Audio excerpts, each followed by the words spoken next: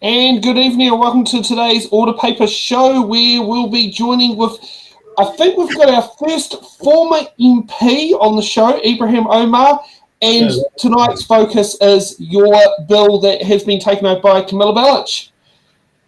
And we've also got here Laura, who's joining us all the way from Kira McAnulty's electorate, and we've got Eric, who's joining all the way from Dan Badua's electorate. And Ibrahim, are you in Wellington Central or Rangatahi? I'm not exactly sure which part of the line you live on. I run in Wellington Central in 2023. I'm currently in Auckland working for ET Union, but yeah. Oh, okay. So which electorate in Auckland?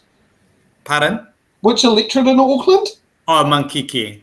Yes, Eric actually stood there against Priyanka at the general election. Right. Cool. Right, yes.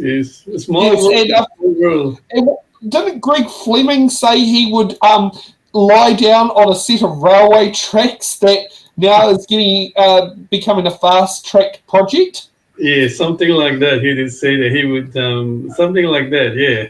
Yeah. Is that to double-track the only Hunter branch line?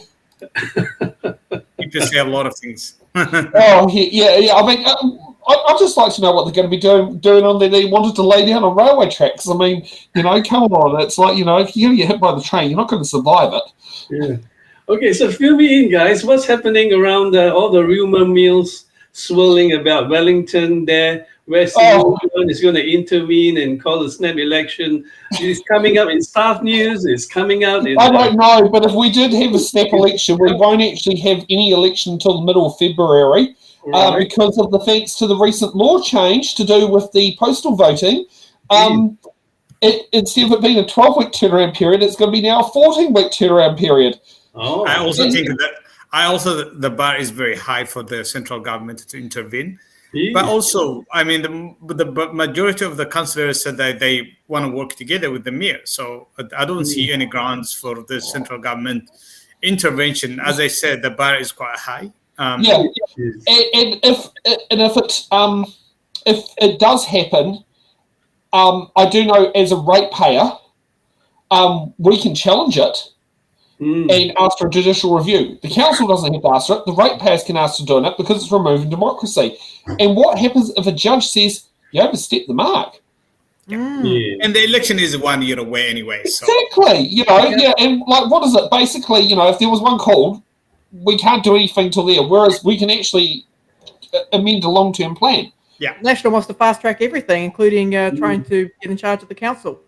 What happens if they can't service the, what was the thing going on in the newspapers about that insurance thing where if Wellington doesn't qualify, then the whole thing collapses? Or no? So Wellington City Council has got a insurance coverage problem.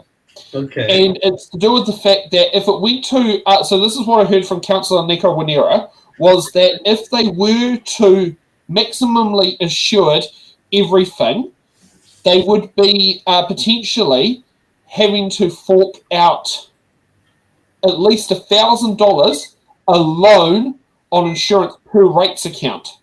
Wow. At least. So, people sit there and complain. Like, I pay for my commercial car insurance on my van. It's $105 a month, which works out to it's $150 a month, but it works out to be about $1,200 a year. Imagine having to pay that alone for the council's insurance, and that doesn't include your own home insurance. Wow. So and that doesn't include the other things on top of it. So that was what they were looking at, was some things were self-insurance. And the quickest way to kickstart the fund was sell the airport shares, but we know that didn't sit there and fly. I do know Nico put an amendment into instead have the dividends put into the investment fund, but that failed. Wow. And now they've made the decision not to sell the shares, which means they have to go back and relook at the budgets. It's all sorts of things in there.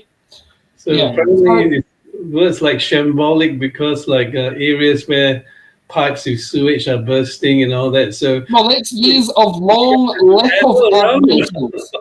Years of underfunding, underdevelopment. Yeah.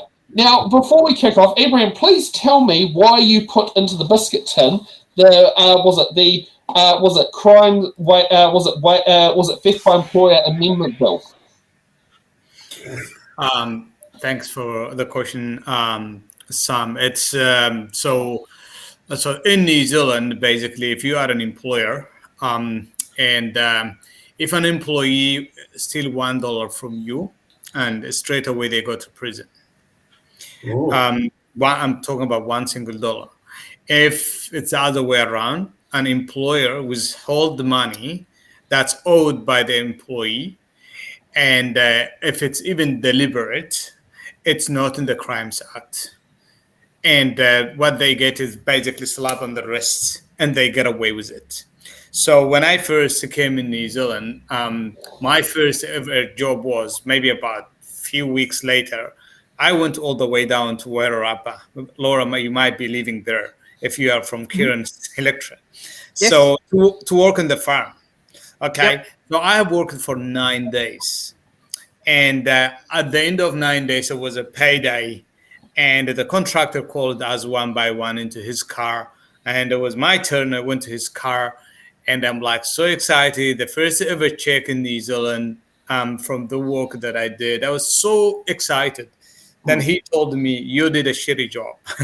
And you actually like going to cost me money.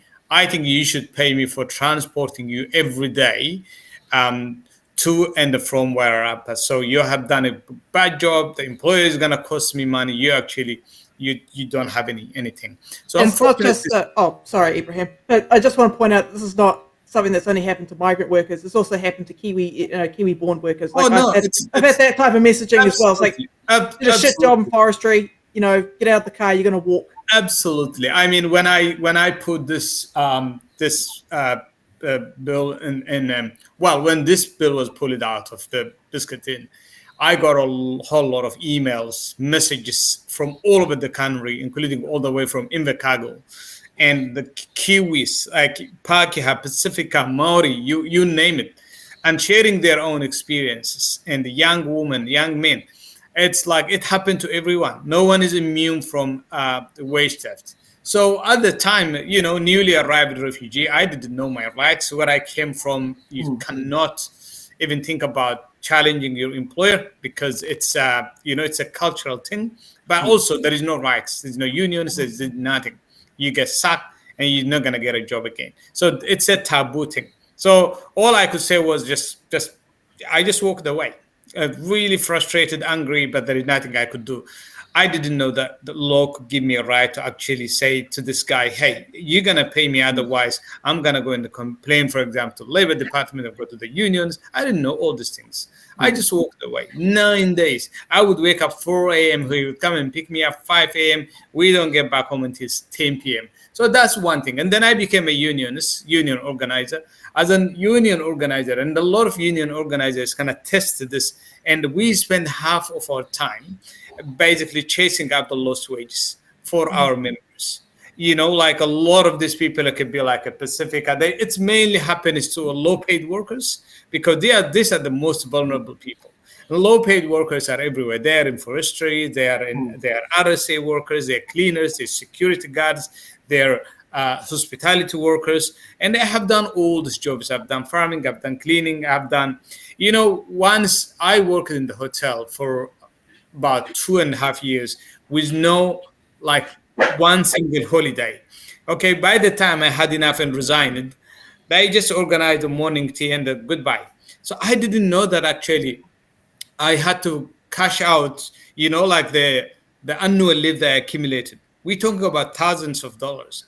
And then I started working at Vic Uni, and that's where I met the union guy. That's through a friend. I joined the union. I shared my experience and what happened to me in the hotel, what happened to me with the contractor.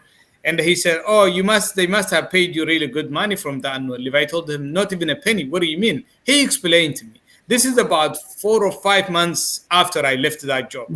We called the boss, and he told me, we have been looking for you, man. Where are you? We miss you.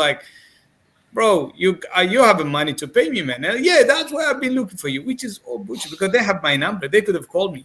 So all these things happen every day. So we got into parliament. I'm in a position of power where I can actually make a difference. What is the first thing that I can do to make a difference in working people's lives? I've got my own experience. I've got people that I work with every day, cleaners, vulnerable people, and they lose. People just chase up their money and they give up. The power imbalance between.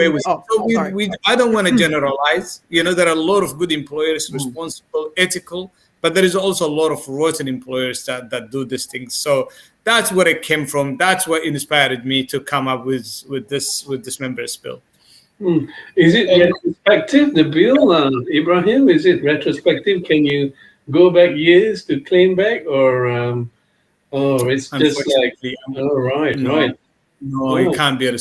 It can't be retrospective. Unfortunately, it becomes effective from the day that given a royal consent, and from the day that becomes the law. But otherwise, we can't go back. Otherwise, it will create a lot of problems. Yes. Lots of litigation, I think.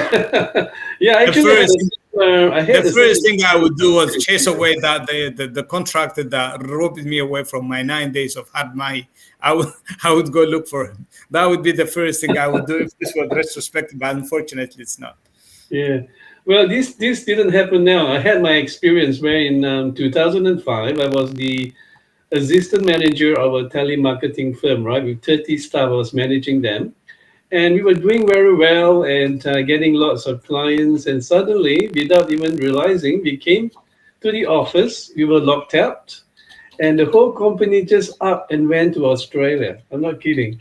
And I was like with 30 other staff and workers looking, and what do we do? Oh, we can go to the complaint section, blah, blah, blah.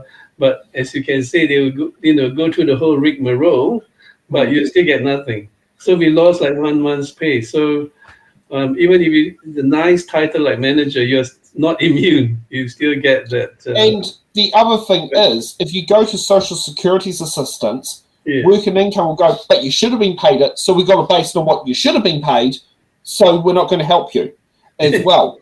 Even that if you're having money withheld and you go to them for emergency help, they sometimes, depending on the case manager you get, either they go and, yes, here's a food grant to tie you over for food, or no, sorry, we're not, no, sorry, you should have been paid. It's this issue. Not realizing that, when you're in the law says one thing, but if people aren't following the law, how do you sit there and get an instant response if the person purposely drags the heel? I mean, the great example is in here, as I think you emailed me earlier, was Darling Tana need to urgently leave the house. And that's an example of dragging the heels. If you have a Darling Tana dragging the heels, they ain't going to sit down there and actually change getting paid out. It's and that's the thing that's going to be out there, and especially if it's deliberate. I mean, I remember one particular store manager at one of the jobs where I'm best friends with the owner, but the store manager was so focused on getting a payment incentive bonus to keeping labour down, he was shaving off hours left, right, and centre off and manipulating people's hours so he get that incentive bonus. If I went and took legal action, I'm taking it against my best friend. I can't take it against the actual criminal who did the job, because it's a civil matter with a limited liability company, not a criminal matter with the actual perpetrator. I think the fact too that it's a civil issue really shows and highlights the power balance between the employer and the employee. Considering that, if, like Ibrahim just said, if you steal $1 from your boss, you're screwed. Whereas if your boss steals $1 from you, who cares? Yeah, I want to share like a story because I'm back in the union movement and I'm an organizer now, and so just recently, this is the ongoing issue, and I can't go into my details, but I'll just share the story. It just the scale of the issue in this country, and so a big cleaning company lost a contract, right, in one of the big local government sites. And so our members we asked the new company, okay, you have to take over these employees under the Part 6A legislation that will be supposed to they should be transferred with all terms and conditions, and which we agreed the incoming employer did the right thing. They took over these employees. So the previous employer got all their leave entitlements. Some of these people have been working for years and years. They accumulated shitload of like a lot of leave, because they wanted this for special. They want to go to they're gonna go to islands, to do the family wedding, family funeral, or whatever. Like this, they accumulated for special moments. And then so they first thing they asked, well, what's going to happen to our entitlements? We told them, well, you've been transferred under Part 6A, so you're safe. So we talking to both employers, and we gonna, we told this is what happened all the time. And then the previous employer, basically, they started to drag their heels. We emailed them, hey, what's going on? Can you please, and we asked the new employer, hey, can you put the, the invoice together and send these people so they can pay the leave entitlements and pass it to you, because people want to go, Christmas is coming, And then they just emailed them. They first said that, yeah, we're working on this. It's a little bit complicated. And for 2.5 months, they drag. And now I'm hearing that they're going into liquidation. So that means these people could be losing thousands of hours collectively, and which it was tens of thousands of dollars. So the poor people these people like that, well, they happen to be on living wage because it's a local government site, but these are the most vulnerable people. This employer, they deliberately have been dragging this. Now they're stealing their money. So what is the justice here? This is active. This is a wage theft effectively. And the law should be very clear that this employer, if you don't pay this, if you don't pay these people their entitlement, you're going to go to prison. You're going to be fined, and you're going to go to prison. If this were the other way around, these people would be already in prisons. So that is justice. Yeah. Do we have any payroll companies? Now, I do know that Datacom does this, and Thank You Payroll is another one. And I do know Henry does this for contractors, where when you... so in the case of Thank You Payroll, the employer pays the gross figure to Thank You Payroll. Thank You Payroll takes out the deductions and then pays the difference to the employee. And then pays the PAYE and the KiwiSaver to the to IRD, and if there's any court stuff in there, redistribute it to the courts. Is there a payroll company out there that would say, do your holiday pay and your sick leave pay percentages and hold that into account and trust? So even when there's situations like this, or as I know as a small business owner, if say you had to pay out 3 weeks worth of wages on the cash flow in there, that it won't affect the day-to-day operations of the business, but it ensures that the employees will get what they're entitled to. Is there any payroll providers that do something like that? I'm not quite sure about that.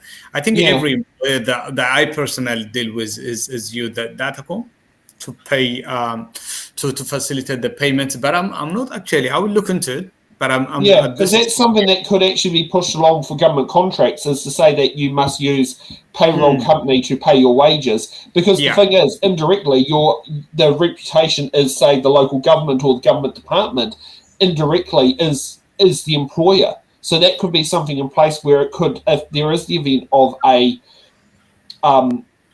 liquidation in place, at least the holiday pay and the wages are locked away. Because in a accounting sense for business, you should be accounting for in your equation 20% above the hourly wage once you take into account for holiday pay, sick leave, ACC levies, KiwiSaver employer contributions, that sort of stuff. It's about 20% in addition to the normal hourly wage. So and a lot of the companies that we deal with are, not all of them, but a lot of them are Australian-based as well, and their payrolls would be even based in Australia, and that makes really the whole thing challenging. The whole you're just dealing with some like insignificant managers here, but like the big bosses and the payrolls are back in Australia, and they keep telling, oh, this is in Australia, that's why we don't have a control over it. The best we can do is we're just gonna chase it up. So like in many ways, it's pretty challenging. Yeah. Does it have bipartisan support, Ibrahim? Does your bill have bipartisan? No. It only just scraped past second reading thanks to New Zealand First. Right. So what happened was when it was introduced last year, the first reading, I think it was August 2023, I introduced the bill, did the first reading, and then referred the bill to select committee, the education workforce that I happened to was at the time part of. So after I left the parliament, I gave the bill to Camilla Belch, who is also the spokesperson for employment for our party. So the select committee basically is only National Act, Labour and Greens. I think there is some more, Greens. And I don't know if the party Maori, they're definitely not New Zealand First. So the select committee, they have the right at the majority. So it's actually, they voted it down. They recommended the House to the House that they don't pass this bill. So Camilla has done a good job, basically lobbying the New Zealand First MPs. I have written to all of them, including Winston Peters, reminding him that you can also think Taylor Arnell and I had a good conversation about it, and I could tell he personally wanted it to be passed. And I do believe he also did his bit as well to try and get it across the line. Good to know that. Thank you for doing that. So, basically, what they said now, Act and National, they very solid. It's a big no. They said that they would never support this. They basically saying that the current regime is enough to deal with this issue. This is just additional cost to the employers, even though this actually has nothing to do with employers that respect the law. There is no cost associated to ethical employers. This is actually targets the bad apples, the bad employers who do this, who practice this ugly practices. But they, at any circumstance, they said they're not going to support it. I tried to lobby some of them. I have spoken to quite a few. It's actually the first day that the first reading happened and we voted, we happened to have a majority at the time. One of the senior MPs at the time, we just popped out of the chamber, and he told me that I'm not sure that we're doing the right thing about this, Ibrahim. And thank you for actually sharing your story, and thank you for being solid on this. It's your value. It's something you stand up. He told me that he was not sure that they were doing the right thing. I told him, well, you're one of the senior MPs. You need to talk to them. So anyway, so New Zealand First just voted in the second reading. They said that they're gonna have a lot of questions during the committee stage. They will be, teasing out a lot of questions. I'm pretty sure that Camilla is gonna do a good job, and she's gonna answer their questions. And hopefully, then they will, if they vote for it in the third reading, then it's gonna pass. But if they somehow change their mind, and then the bill is not gonna pass, unfortunately. Yeah.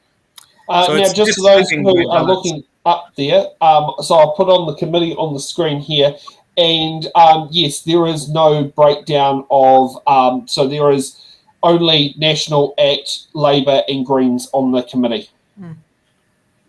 Yeah. So that's all that's on the Education Workforce Committee. Oh, and the Greens person down the bottom, Lawrence Zunan. So just for those who are wondering in there. So let's get to see Carl Bates on his first speech in the House on the bill, and let's see what he has said about why it should not pass. Speaker, and thanks for the opportunity to speak on the Crimes Theft by Employment Amendment Bill. I thought, given there has been several weeks since we last considered this bill, Mr. Speaker, Madam Speaker, I thought I would just take a moment to remind us of the bill in front of the House. Madam Speaker, this bill was introduced to the House during the 53rd Parliament and was then taken over by Camilla Belch of the opposition as a private member's bill in the 54th Parliament. The bill would insert a new section 220A CAA into the Crimes Act 1961 to provide that an employer's intentional failure to pay an employee any money owed in relation to that employment is theft. Madam Speaker, the bill details that theft by an employer in the context of this bill, should it be passed by this House, would have a maximum penalty of 1 year's imprisonment, a fine of $5,000 or both. In any other case, the maximum penalty would be a fine of $30,000. So this bill was brought to essentially ensure that in circumstances where an employer intentionally steals money from an employee, essentially by not paying them, that employer would be held accountable under the criminal jurisdiction as opposed to the civil jurisdiction. One of the challenges that we traversed when we went through the select committee process, chaired by Katie Nimmin, member for Napier, was what is exactly the size of the problem that this bill is trying to solve? What are the number of employers that are actually undertaking theft from their employees? Through that select committee process, we worked through a number of amendments to try and clarify some of the intent. The amendments, all amendments of the bill, through select committee were unanimously adopted by the select committee, Madam Speaker. The recommendation of the select committee on the bill as a whole, though, by majority, was that it doesn't get passed by this House. However, the amendments were accepted by majority. The first amendment and thing we tried to clarify through the select committee process was the meaning of an employment agreement. We thought that it was important that the meaning of an employment agreement had the same meaning as in Section 5 of the Employment Relations Act 2020. And so there was a new subsection 3 inserted to make sure that was clear to anyone who was reading the bill. The second amendment that we traversed was clarifying the coverage for home workers, Madam Speaker. So under the Employment Relations Act, employment agreement includes a contract for services between an employer and a home worker, the term home worker being defined in Section 5 of that Act, and we thought it was important that we made clear that this covered home workers should it be passed by this House. The third thing that we wanted to make sure was clarified through an amendment was what entitlements are covered. And we spent some time as a select committee, Madam Speaker, determining or looking at what exactly would qualify as theft by an employer, how you would determine what the entitlements that were covered are. And so we needed to make sure that this was clear in the bill when it was presented back to the House. So we thought that the bill should be clearer in the payment in question, being the payments required under an Act of Parliament, because often an employer can choose to pay additional things to an employee. There might be particular circumstances when they provide additional benefits that aren't necessarily part of the package of employment, and so we thought it really needed to be clear what the bill covered, and we defined that as being payments required under an Act of Parliament.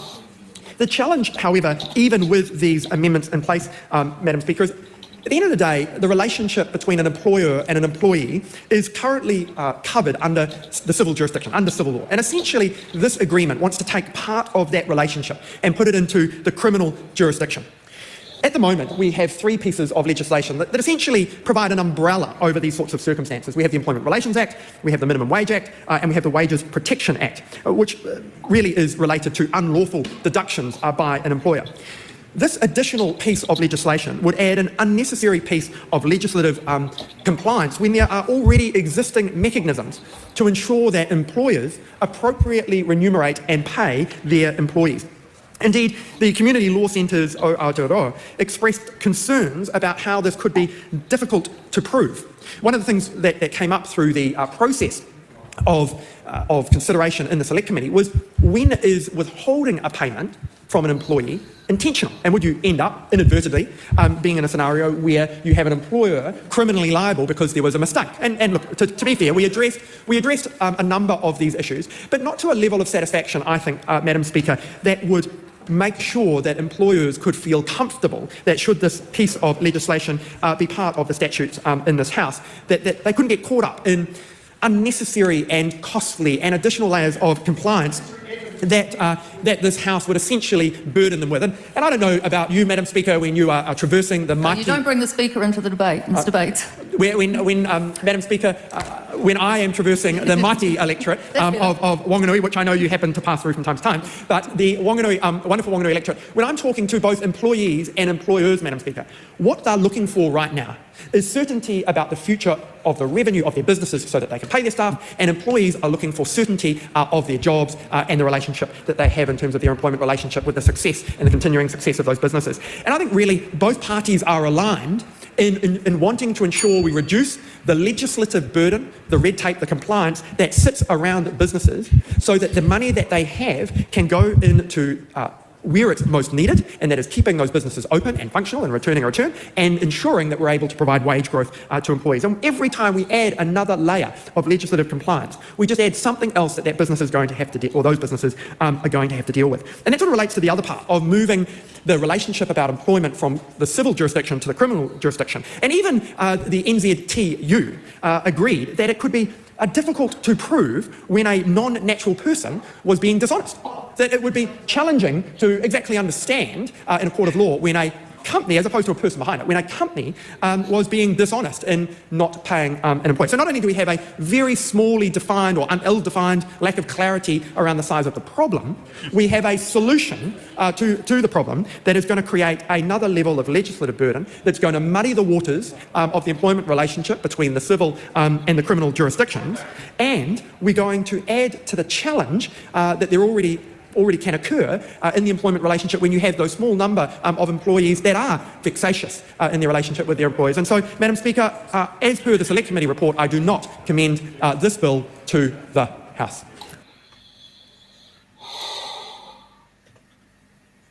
Ibrahim? What a 5 minutes of rubbish. Just going around and repeating himself over and over and over. Look, they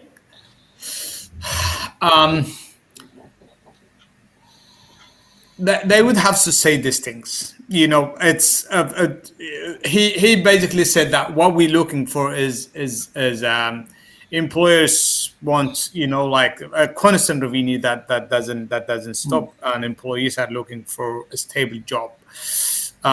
Yes, when you go into the business, the intention is to make money, but to make money, you don't make money by breaking the law, by exploiting people. People who are already underpaid, undervalued, people who just meet their ends meet, people who are in constant struggles.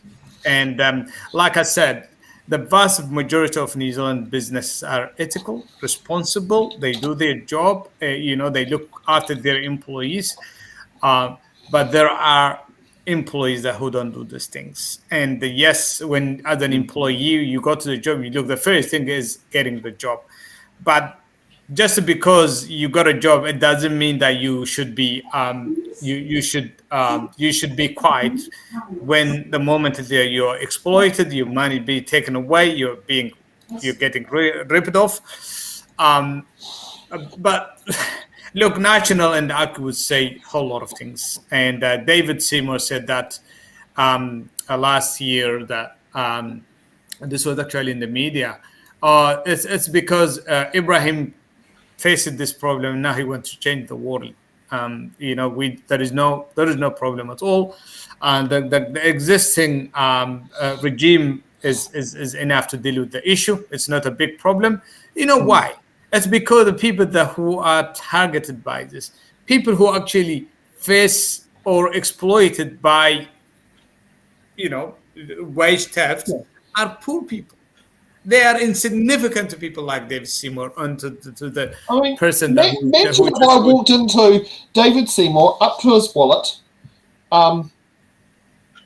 and... Sorry, what is Stacey on about? I've got nothing playing. Okay. So the reality is migrant exploitation and wage theft are rampant. They're ugly. It's widespread, and it needs to stop. And it's not going to stop unless we do something about it. And the only thing we can do is we should legislate. And the only thing that's going to stop these employers from practicing this, from stealing the employees' money, is actually by changing the law and sending them a clear and strong warning that if you do this, you're going to be fined and your ass is going to end up in prison. Yeah. I just want to... Oh, sorry, Sam, go ahead. And also then you'll have on your record that red flags every time you try to apply to, say, employ migrants in the future or bank loans and that sort of thing. It's going to show on your criminal record wage theft.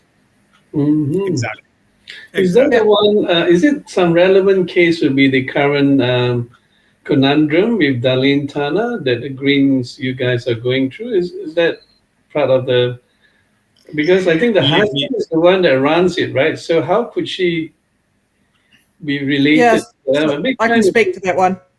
Being a Greenie myself. So what happened there is in the executive report, it showed that Darlene had knowledge of being underpaid and being asked to work hours and being given inappropriate work that didn't match what their visa allowed them to do. So okay. So that's why I would call what she did worker exploitation. Right. So she had the knowledge, but she's not actually a director of the company, or she is? She did a lot of admin work behind the scenes. Okay. So she had the full knowledge of it. Oh, I see. Okay. When she was confronted by the party. Yeah, it's typically in a husband and wife business that you often get the wife doing the bookwork. I mean, except if you see in New Zealand. I don't think Amanda Luxon did the payroll in the GST, but that is very common in a husband-wife situation that often the male spouse might be the one who runs the day-to-day running of the business, and the wife comes in and does all the paperwork to keep all the I's and T's, in theory, dotted.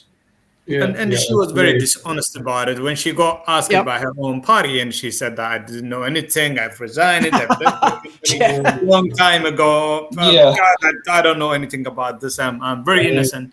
And then they dig and it was quite the other way around. Just before you move on, Sam, I just want to make a quick comment about what Carl was talking about. One thing that really bothered about what Carl was saying was that he was using half-truths. Like, as you can see in the chat, I had to post, this is actually what the CTU said on the... He said NZTU. NZTU. Sorry. Oh, God, my dyslexia. Yes, so what they actually stated, basically they said, well, if corporations are going to be acknowledged as people, they should be treated as such. So... Yeah, bring the corporate death penalty in, as Jake Huger on the Young Turk says. But yeah, you'll notice that Mike Butterick also does the same in his submission as well.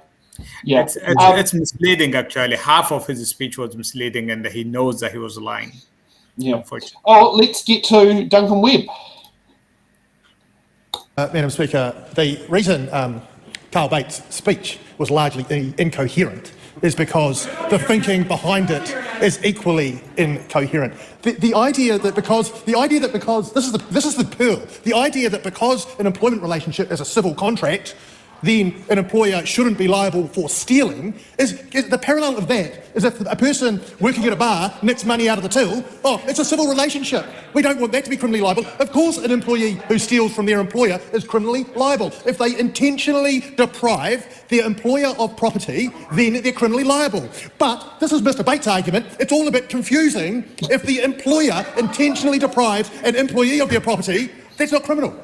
The asymmetry of that relationship is typical of the National Party. This is not some complex bill. It just says this. If you steal stuff from your employee, you're criminally liable. If you know that you're obligated to pay, you've got the money, but you intentionally choose not to pay them, you intentionally deprive them of their entitlement to wages, you're criminally liable. And what does the criminal law do? It sets boundaries between right and wrong. And to steal from your employee is wrong. It should be criminal. The idea that it's a bit too much admin, in fact, the member used the term red tape, as if paying your employee honestly is red tape. That is shameful. That's someone, I think, who once called himself an accountant. And yet here he is defending the right of employers to steal from their employees by intentionally withholding wages illegally. This is not a complicated bill. And as for the difficulties of prosecution and what's the burden of proof and evidence, well, that's a prosecutorial decision. And as we know, the Solicitor General has a very fulsome set of guidelines on when to make a prosecution. There are two fundamental elements. Is the evidence there? Does it meet the evidential threshold? And is it in the public interest to prosecute it? It's not rocket science. So, yes, if the evidence is cloudy, you probably won't get a prosecution. If it's not in the public interest, you won't get a prosecution. But where we have a clear case of an insurer knowingly taking wages from their employee, then prosecution should and will follow. That's why this is a bill that's properly before this House, and I'm hopeful that other parties in the House other than the National Party will support it. I'm sure the ACT Party, who are property mad, will support it, because the right to property is one of their foundation stones. And our former friends, who used to be our coalition partners, New Zealand First, I'm hopeful will stand up to what they say they stand for, which is the rights of workers, as does the Labor Party, and make sure this bill passes to the House. As for the National Party, dancing on the head of a pin with ridiculous and incoherent arguments about red tape and the civil and criminal distinction and employment relationship really shows them up. They should be ashamed of themselves. Very proud that Camilla Bellich has brought this bill to the House. I'm very hopeful we'll see this through to the next stage so we can look after workers' wages properly. I absolutely commend this to the House. Mike. He knows how to call out bullshit. That's very solid speech right there. It's from the law professor, from the man who actually knows what he's talking about, Duncan Webb. I mean, it's a black and white. It's black and white. We're not here looking to add additional costs to employers. We're not here to add additional legislative burden to the employers. What we're saying here is that stop stealing people's money, employees' money. It's simple as that.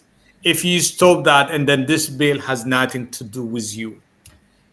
If you keep stealing, and then yes, you will be caught by this. It's black and white. You don't need to be a rocket science professor to understand this. And the National Party MPs, I would say all of them, when they stand up in this House to speak against this bill, they don't believe a word of what they say. They don't believe on it. And like this senior MP who told me that I'm not sure that we're doing the right thing by voting down this bill, Ibrahim. But good on you for bringing it to this House anyway. So they all feel the same way. But for them, this is ideological. For them, employees stealing from employees, employers stealing from employees, it's fine because employers are their friends. So yeah, it's just simple as that. But at the same time, it's kind of sad. Interesting point of view.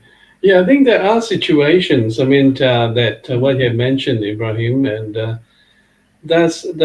what Duncan Webb say holds important fundamental point. I mean, I like to give credit where it's due.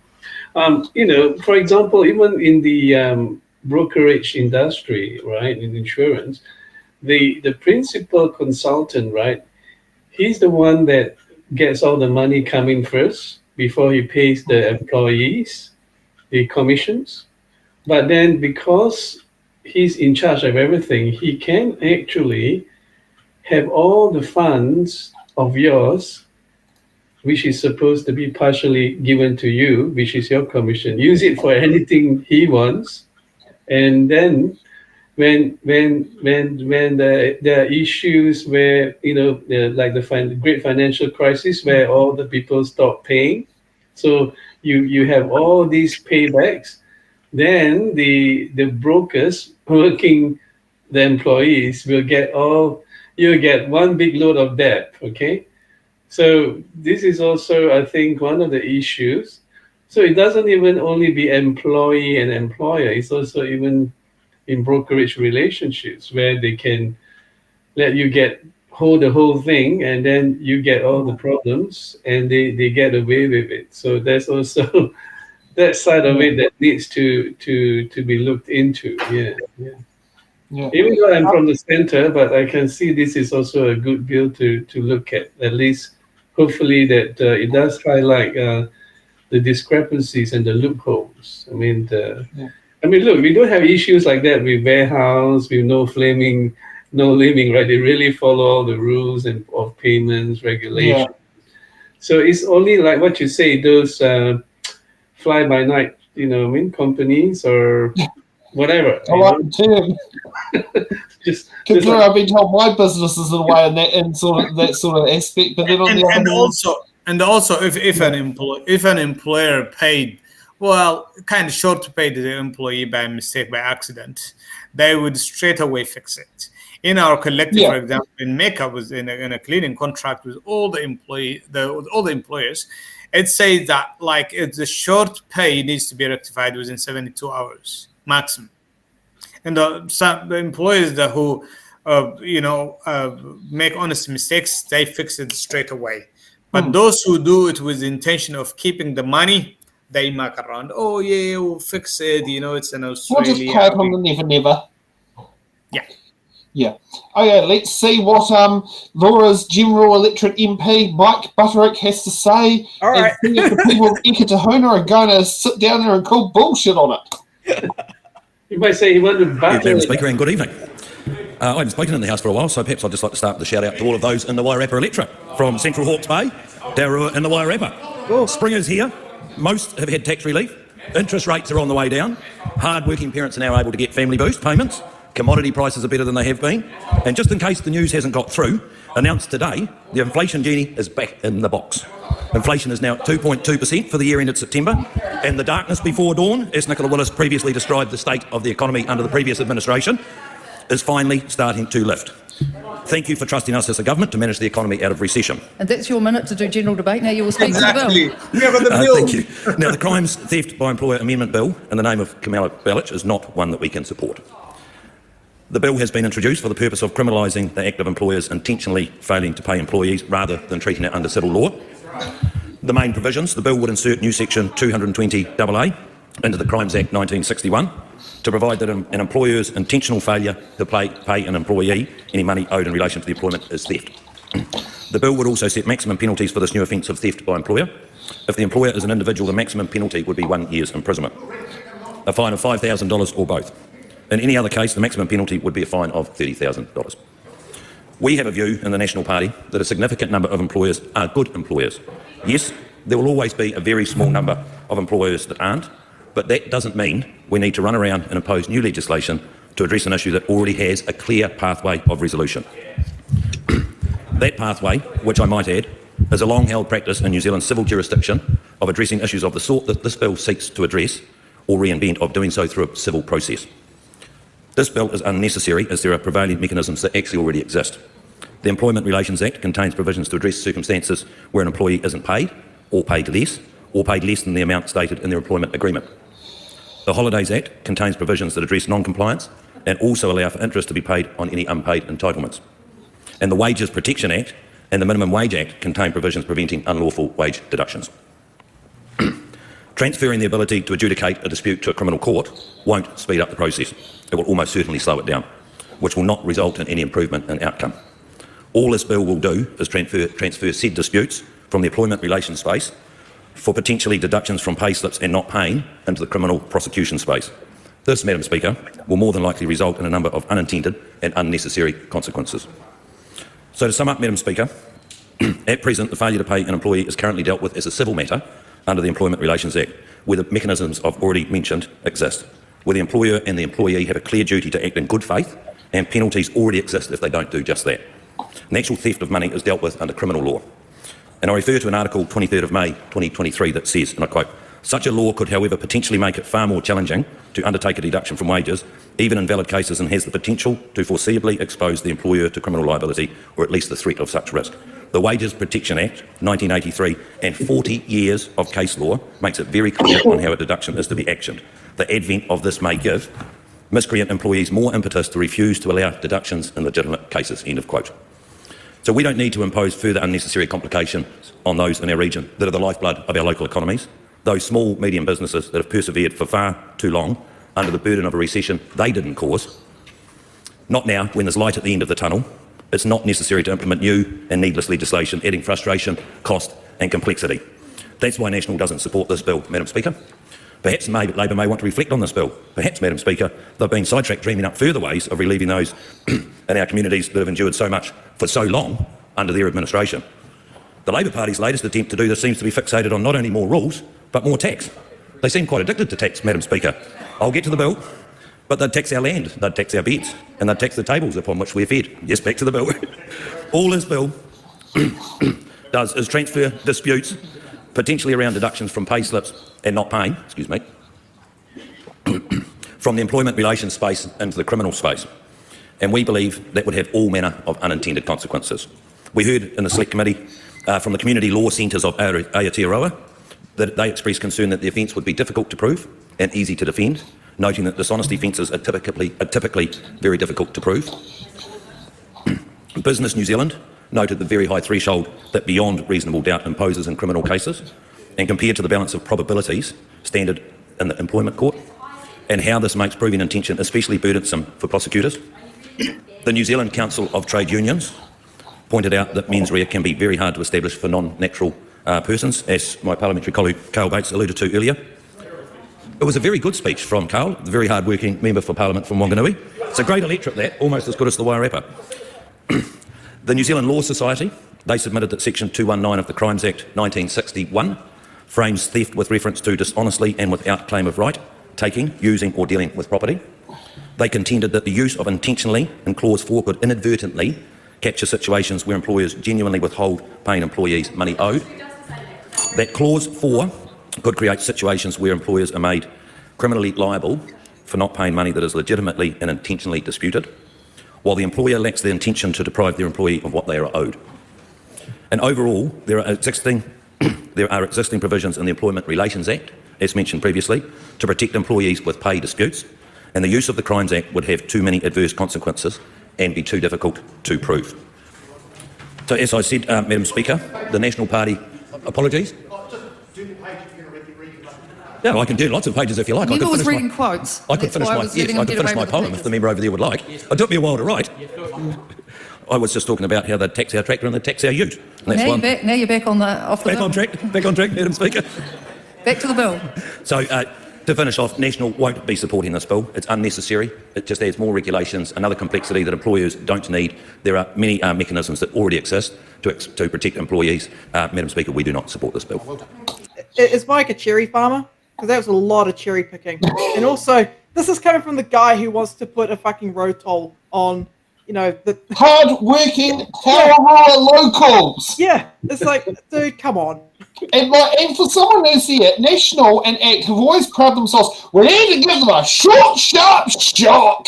So, when you sit down there and don't turn up to your benefit seminar, we're going to cut your benefit. Ask questions later, because, that's how we sit down. If you sit down there and what do you call it, do a rain, we need a short, sharp shock. So when you steal someone's wages, you need a short, sharp shock, having the police knocking on your door in front of your wife and your kids going about wage theft, or in front of all your employees. Oh, no, we don't want the embarrassment of being admitted with our bully boy behaviour.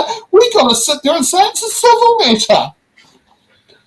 Dave on the chat thread said that he can't even stay on track. That's right. He was just he spent over 1 minute just ranting about the economy. The economy is turning around because of the steps that has been already taken by previous government, and it's not because of what they have done. What they have done is actually killing the economy. Look, two things here. He said that this is the vast majority of New Zealand employers, business owners are honest people. We agree. However, he also said that there are tiny minority that do this. Just because it's been perpetuated by a tiny minority, it's okay. It doesn't need to be legislated. That's the message that I got from him. Other than that, he was just uttering nonsense, rubbish.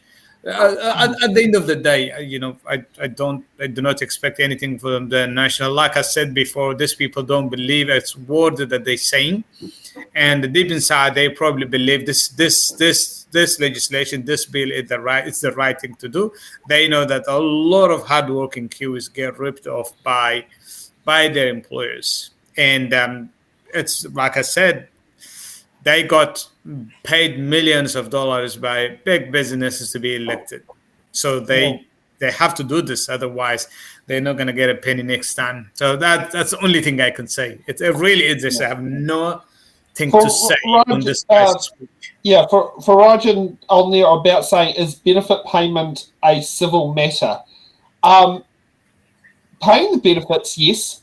But I can also tell you right now, if you have a debt created as a beneficiary, before you can even go, show me the money, or show me the breakdown how you came to that debt, they're already taking it off you at $10.50 a week, and that even if you go, oh, but I don't agree with the debt, suspend the payments. No, we don't suspend payments here. I can assure you that's right. Show me the money. Oh, I can just assure you it's right. So, you know, and I mean, that's like a very standard approach that happens at work and income. You know, you have to go, well, if you can't show me, can you show a high court judge?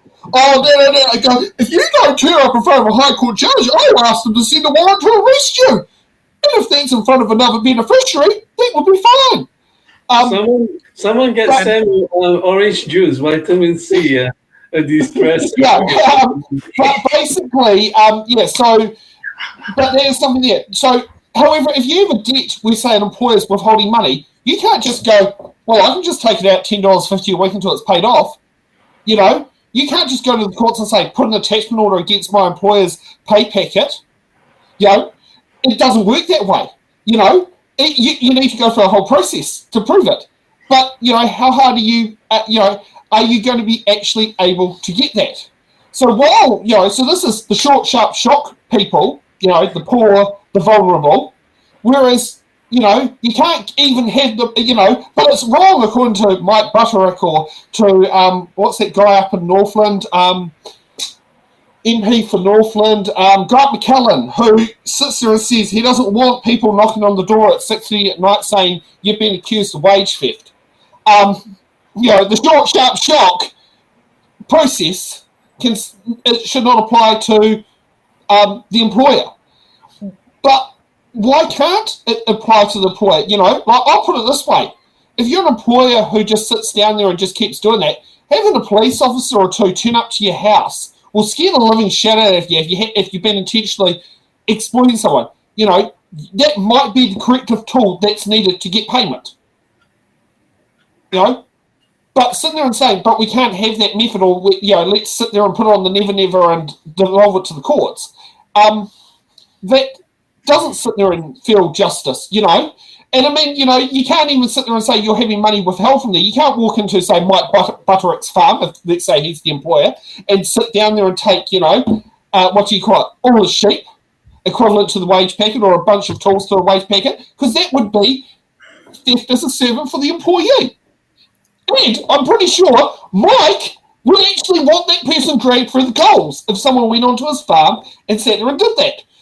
You know, and, you know, and on top of that, hey, you can take the jelly bean jar that our fingers in his office, which Laura probably remembers what I'm talking about in there. But, you know... Like, and he was also, annoyingly, he was misrepresenting some of those submissionists. Yes, he was. The CTU, yeah. And he was lying. That's not what they said. I mean, as a union every union organizer can tell you it's very, very easy to prove that if the employee, I mean, in Mecca, we got, if the employer doesn't pay, it was in 72 hours. It's clearly stated in our collective. If they don't rectify, if they don't pay the employee within 72 hours, they're lost wages, and then it becomes a wage theft. Okay, it would have but when people like deliberately decide to lie, there is nothing much you can do about it. Yeah. Mm-hmm. It is interesting too that, I mean, another angle that may need to be looked at also will be commission paid workers. You see, there's those like wages and salary. You have all the rights and all the rules and all those. Mm-hmm. But for those who are contracted to, like the Uber drivers and like brokers in insurance, in money broking, there is no protection really, because if you're the principal consultant, right, or the owner, right, he controls all the funds, so it goes through him, right? So you may have your what they call brokerage accounts, but you don't have access to it. So you can use your money, play it around, buy shares, and then the next moment you might be bankrupted or accused of fraud, but he can even use your accounts to do it. And then he gets away with it, and you have to, like, you know, go through all the things you have to go through and falsely accused of fraud, be bankrupted.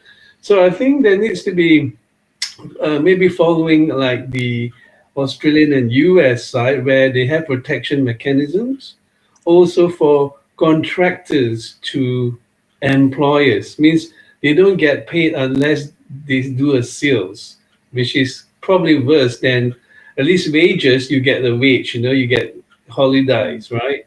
But for the commission ones, I'm not sure whether Uber is... I mean, I can completely relate to that being self-employed myself.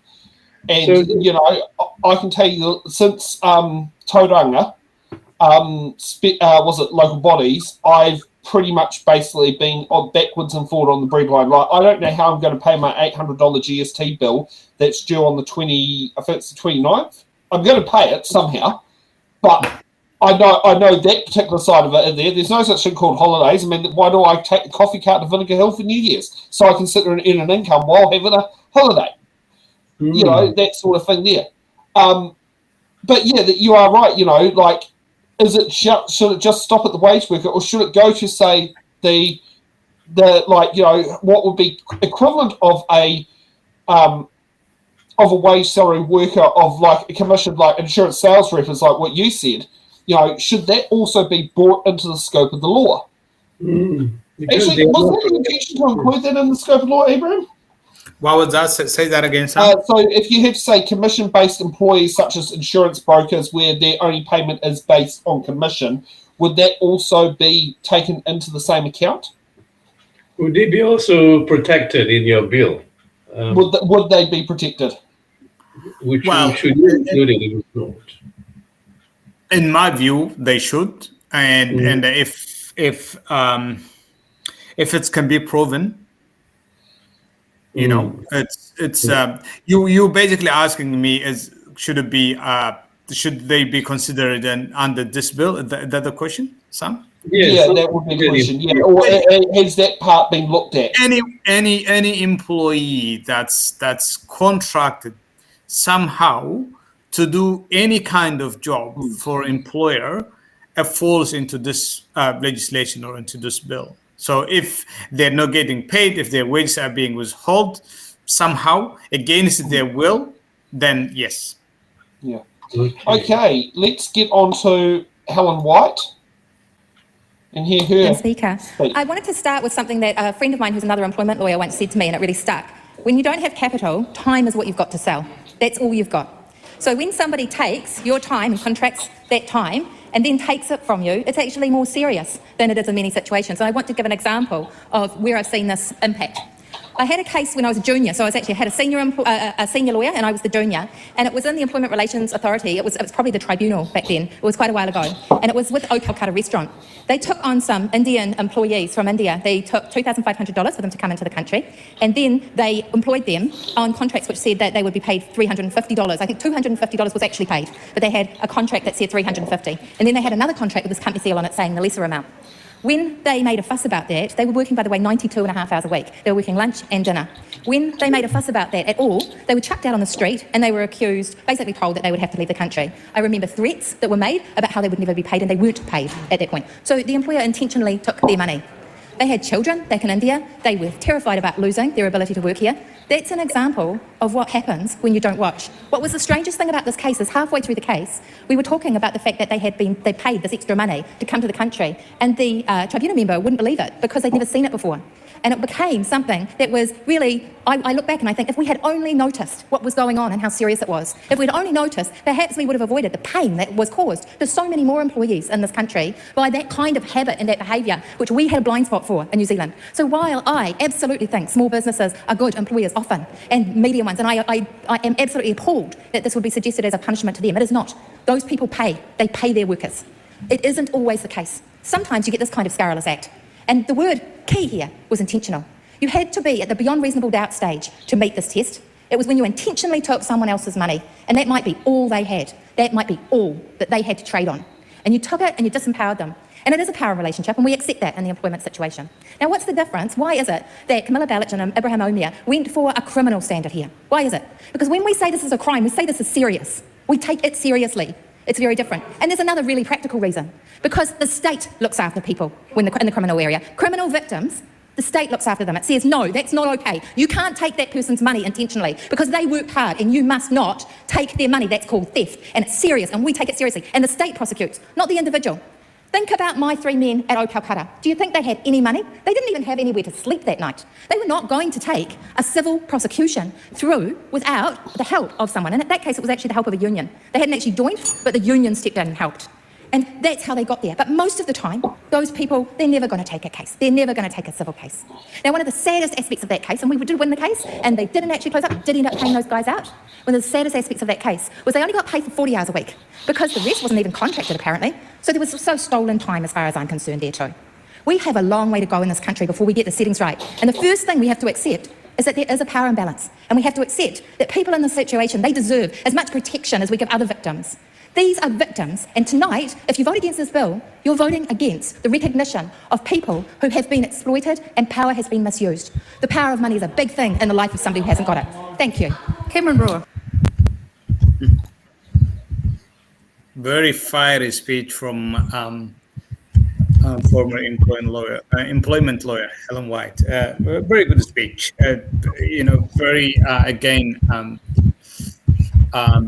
full of facts. At the end of the day, I think one thing I can take from her speech is the power dynamics, the power imbalance between the employer and the employee.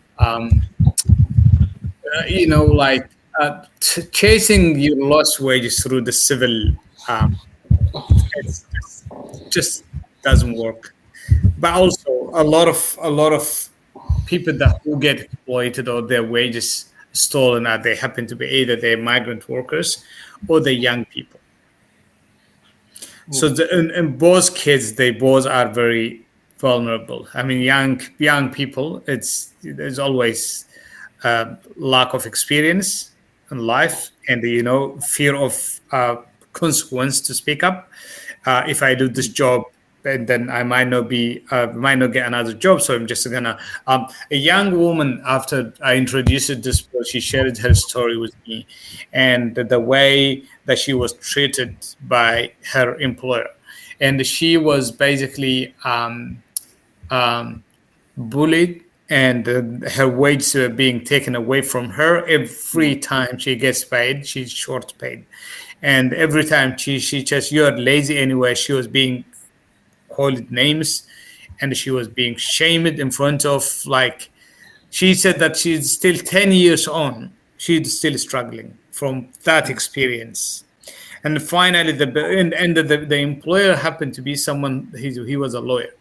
He knew the law, he knew what he was doing, and he was doing this deliberate. Every paycheck would come short, and she couldn't do much about it because she was young, and she was vulnerable, she was female, and finally the best she could do was she just gave up the job and walked away.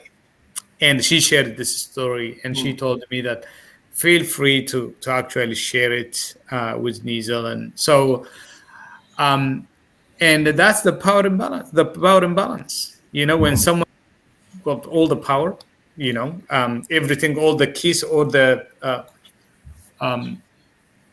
and then the other one is helpless, powerless to speak up.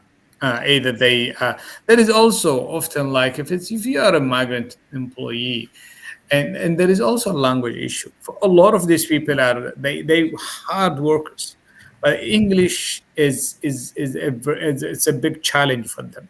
You see, for me, even from the day that I arrived, I could speak fine English, but I would still exploit it. And imagine being a new immigrant and your English is not being up to standard. I saw this with international students as well. Yep. Exactly. Yeah, I worked with international students at Domino's Miramar, and I remember watching one who could barely speak any English to basically overtaking one of the owners on his competency in English. It was pretty amazing watching that over that 2 years, that transformation. Yeah. Do we see what Cameron Brewer sits there and says who? Oh my God, that guy. My grandma has told me some interesting stories about him from the good old her friends, the Shepherds, who know Cameron personally. Madam Speaker, what a bunch of crocodile tears. What a bunch of crocodile tears. Anyone would think that they've never been near the levers of government. Well, can I remind the Labor Party that they've been in and out of government for nearly 100 years. And now, after 6 years, with an absolute majority of 65 MPs and having a full opportunity to put it through as a government bill, you have the tenacity to turn up to Parliament tonight and advocate for workers. And most of you are former constituent MPs. Can I point out some of the MPs here? Can I point out some of the MPs here? A little bit too much use of the word you tonight from both sides. Oh, thank you, Madam Speaker. For a second, I thought you were saying I was transgressing from the bill. No, but not at all. I know you give us a minute's grace. You're on the bill. No, you only get half a minute. Okay, well, let me start that grace period now, Madam Speaker. We are the party of workers.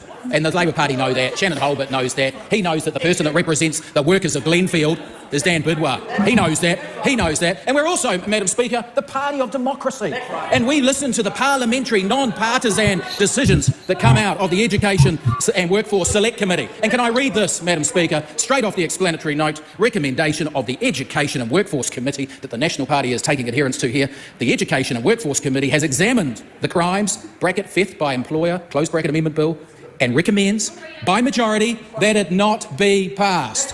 And so after this, and Camilla Belich knows, this has been going through, this was first reading over 14 months ago, and the scrutiny, the painful scrutiny and examination by the Education and Workforce Select Committee, and that has come out with the recommendation that it not be passed, and now they have the cheek to oppose what our judicious, conscientious and hard-working Education and Workforce Committee have recommended after listening to submissions, after listening to officials, after listening to business groups and industry groups. And Camilla Belich, she can go on as much as she wants, but she had 6 years. She had 6 years. She had 6 years and an absolute majority. She could have stood up in caucus, Madam Speaker, 7 years ago and said, why don't we make this a government bill? I'm so concerned about it. I'm so concerned about it. She could have stood up 3 years ago with 65 MPs. She was jammed in the corner because there were so many MPs. They didn't need to consult with anyone. They didn't need to consult with anyone. They could have just done this on their own. They could have just whipped it up in the caucus room and said, we're passing it. We're so concerned. The crocodile tears that Helen White's been crying tonight. But no, suddenly they get into opposition. And they're all of a sudden interested in this piece of legislation. They're suddenly interested in this piece of legislation. And it's all our fault for ignoring the prosecution, the hard-working, conscientious Select Committee. We are the ones that are listening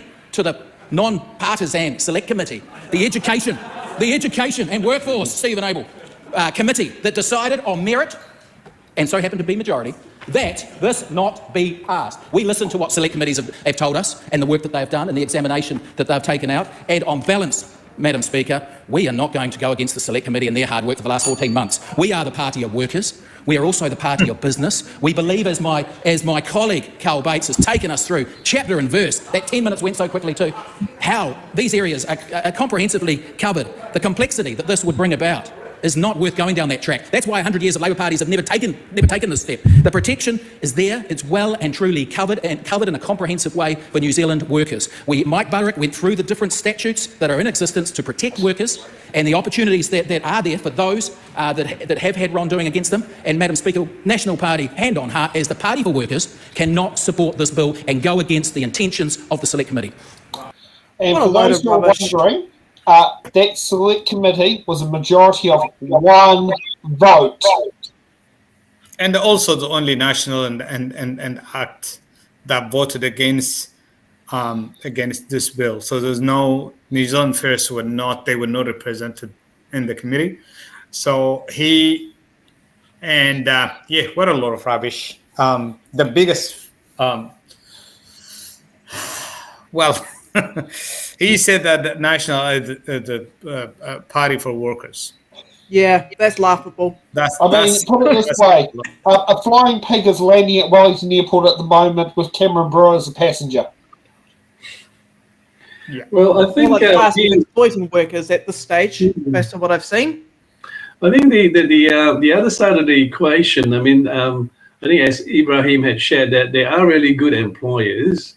Who take care of the rights of workers. I mean, okay, we don't want to go into corporations. I mean, there are good even small, medium businesses where you have 30, 40 employees, but they allow them to even have shares in the company, and grow their businesses. Yep. So interestingly, I know you guys may not be too happy, but Andrew Bailey does that. The MP for National, he actually lets the workers get a shareholding from his company. Yep. So I guess, there are some good business people. So absolutely, yes. Yeah, even Michael Jewelers, the Michael Hill, right? They were closing down, but they never said bye workers, lock you up. We don't pay you a cent, but they kind of try to get them re-employed, and so probably. So this is more for the theft, right? The side where you say they have actually taken from the workers. Would that be right to say about this bill?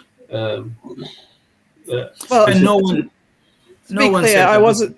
Oh, sorry. Go on, Laura. Cheers, Ibrahim. To be clear, I wasn't saying that every national member is a rubbish employer. I was just talking about how this guy is misrepresenting workers' experiences and stuff like that. I'm calling him out. All right. I think every national MP who spoke on this bill were lying. They were misrepresenting the facts. They were misrepresenting the submission that's been made by other organizations. And the most importantly, they don't believe what they're saying. Like I said, this is the party line. When the party says that we're not supporting this bill, what you believe and what's in your side, what you believe, whether you dislike this or not, you're gonna have to do this. You're gonna have to say this. You're gonna have to vote. So I don't actually. I blame the party. I don't blame the individual MPs. It's the party policy. It's the party line. So they have to follow. Yeah. Let's move on to Shannon Halbert and see his. Shannon Halbert. Thank you, Madam Speaker. I do love a good debate from my friend, my mate over there, Cameron Brewer. The thing I like about him is he plays it straight. You know where you stand. But there was one of the most terrible speeches that I've heard from him. Because, Madam Speaker, he talked about the National Party being the party of workers. In fact, I'll tell you what they're a party of, Madam Speaker. They're a party of cuts. They're a party of chaos. They're a party of broken promises. They're a party that is out of touch, just like the Prime Minister. They're a party of tobacco. And just for Cameron Brewer and Dan Bidwar, they're a party that is closing down the North Shore Women's Centre on the shore. How shameful. Mr. Speaker, it's my privilege. It was my privilege to have delivered a lot of things to the North Shore, unlike those two. Schools, police numbers, you name it. They haven't done anything yet. But Mr. Speaker, tonight it's my privilege to be able to talk about this particular piece of legislation, and I love that I've racked them up, because they know, Mr. Speaker, that they have delivered nothing.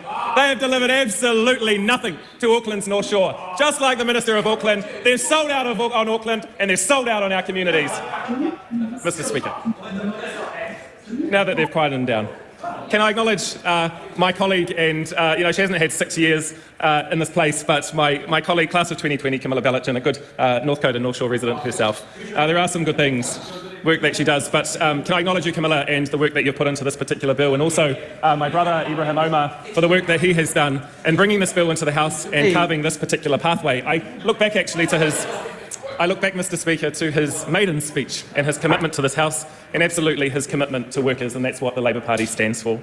Mr. Speaker, I just don't understand how it is that the National Party doesn't believe that not paying their employees shouldn't be a criminal offence. How is it that tonight they can vote against this particular bill that sets up a higher threshold when our most vulnerable workers are ripped off by their employers? I remember myself, and I like to think that many people in this House have had a vulnerable moment in employment, perhaps when we were teenagers, perhaps when, like me in hospitality, you had a run-in with the boss and they threatened not to pay you. Well, in fact, Mr. Speaker, this piece of legislation means that you do have to be paid. Mr. Speaker, this bill amends the Crimes Act to clarify that intentionally not paying an employee their wages is, in fact, theft. The law as it stands does not address this, and wage theft is mainly following up through the civil courts rather than enforcement through the police. Mr. Speaker, I like to think that around this House and in many cases today, we have been able to support members' bills on Members' Day because they are particularly good kaupapa. And this is another one that comes before this House, and it's a test on who supports workers, who supports our kaimahi, our most vulnerable workers, to not only be paid what they're worth, but to be looked after and recognised under our workforce legislation. Mr. Speaker, I'm calling on both the ACT Party, the National Party and New Zealand First tonight to support this bill, and I commend this bill to the House.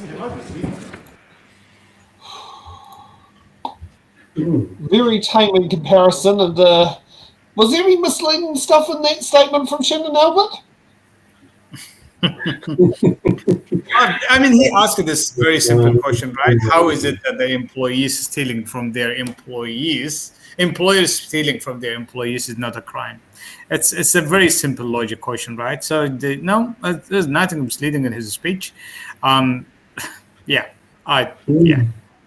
Interesting, because in the court of law, in civil and criminal matters, the judge listens to both sides of the story, isn't it?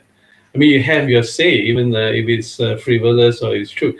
The point then would be there also should be culpability for the employers. So in a way, although I'm on the center and on the right, but I have to say that this bill has some credence because it's ethical, because you're fighting because all of us, I was an employer, but I was also an employee before. Yeah, so you can empathize with those who, you started from scratch. I was working in, I think in Melbourne as a uni student, 18 years old, wearing I was a blue collar worker. All the Toyota hubcaps, I'm the one who crushed it, all the rejects and grind it. And that was in La Trobe Uni, running out 30 minutes. You got to be in time for the last bus back to uni. So, you start from somewhere, right? So there's a need to empathize with those who are workers, because we are or used to be workers, And I think for employers, sometimes they forget where they started. Even as a real estate agent, how many of them actually go on the front line to actually sit there and do that? Like, a good example is the physio firm I go to get physio at, KCP. Yuri Hinson, the owner, is also on the front line with his staff, not sitting in some big swanky office and playing golf. He actually tips in more hours into the business per week than most of his employees. But, he's still in touch with the front line. And he has a strong retention rate of staff. Like, it's a very low turnover compared to other practices in the industry. And that's the sort of thing, how many people sit there and do it. Like, when I'm out sitting there selling coffee in there, if remember Wings of Wairarapa, I'm the one on the front line making all those coffees. Not an employee getting paid $25 an hour. I'm the one behind that coffee machine doing the coffees. I leave the $25 an hour employee to fill up the slushing machine and take the cash. Because, I do that, and, it's quite interesting, because even that, I own my own business, I'm still that frontline person, so I still have the empathy of a worker. But many who have, say, progressed from, say, being frontline worker to management to board of directors to on the golf course have kind of lost that same approach to the frontline worker. And I mean, it's like me when it comes to getting like my car fixed. I go to owner operators where the owner is on the floor, not just the worker, the owner. Not everybody was born like a billionaire's son, like Trump. Trump is a billionaire's son. He's born with a silver spoon, so you can see you can see the apprentice sack, because he has been like shaped, sociologically conditioned to not think about, hey, this worker, what is he going through? I also think that there are a lot of these MPs who are speaking against this bill. I mean, if they're not quite sure whether, the wage theft is a big problem or not. I mean, they are electorate MPs, most of them, I suspect, and all they could have done is just maybe like put out like a survey to their, like, hey, have you ever like experienced any, wage thefts? That could have, answered their questions if they are not really, they are not sure about these things. I mean, at the end of the day, what we're asking here is just consistency really in our Crimes Act. When it comes to employers stealing from employees, it's a crime. It's a crime. When employees stealing from employer, it's a crime. If it's the other way around, it's a civil matter. It's very inconsistent. So we just really looking for consistency here. Make it the same. And like whether employee or employer stealing from each other, it should be criminal. Yeah, and there shouldn't be any exception. There shouldn't be any inconsistency. Yeah, and thank you, Stacey, for that comment on there. You are totally right.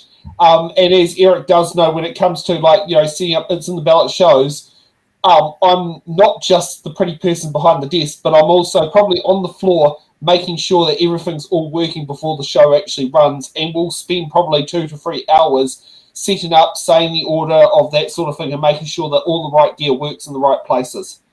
So, and that's an example from It's in the Ballot. If you watch me do with the coffee cart, same sort of thing. I make sure that things work, and there was, and it's making sure the equipment works in that. If I'm going to go to a venue where I'm getting someone else's power, I make sure that they've got the right power points. Anyone who says to me, trust me, it will work, or I'll just plug it into a 10-amp plug, you're setting up a problem for me. So, that's something that's there. And the thing is, I don't tend to get the problems because I do my homework in advance. So let's get to the cherry of the show, the part we've been looking for. Well, Mr. Speaker, it is my experience in this House that there's nothing like an employment relations bill to bring out the fire in both Labor and National and where those divisions lie. So it is for the True Balance and New Zealand First to come through and sort through the mess that we've been listening to. First of all, for this crimes theft by an employer member bill, this is New Zealand first opportunity to contribute to this bill. It was put into the House during those dark, windswept days when we weren't represented in these halls. And as Duncan Webb, the Honourable Duncan Webb, articulated in his speech, whilst we may have changed horses in the ensuing period, we actually haven't changed our core values, and that is very much we are an egalitarian party. New Zealand First, because we haven't had the chance to be in this process up until this point, we're taking the last call here, not for any nefarious reasons, but for the fact that we weren't part of that select committee. The bill did come up quite unexpectedly at the last Members' Day, and we wanted to listen very carefully to what both sides had to say before taking it to our caucus for discussion. It is the view of the New Zealand caucus that this bill is not without some merit. New Zealand First has always taken a balanced approach to employment relations.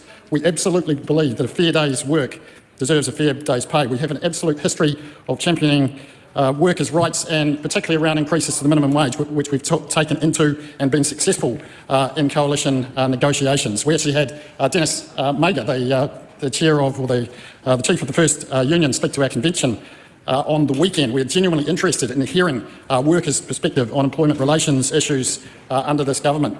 Conversely, we also understand that employers are critical to building this economy.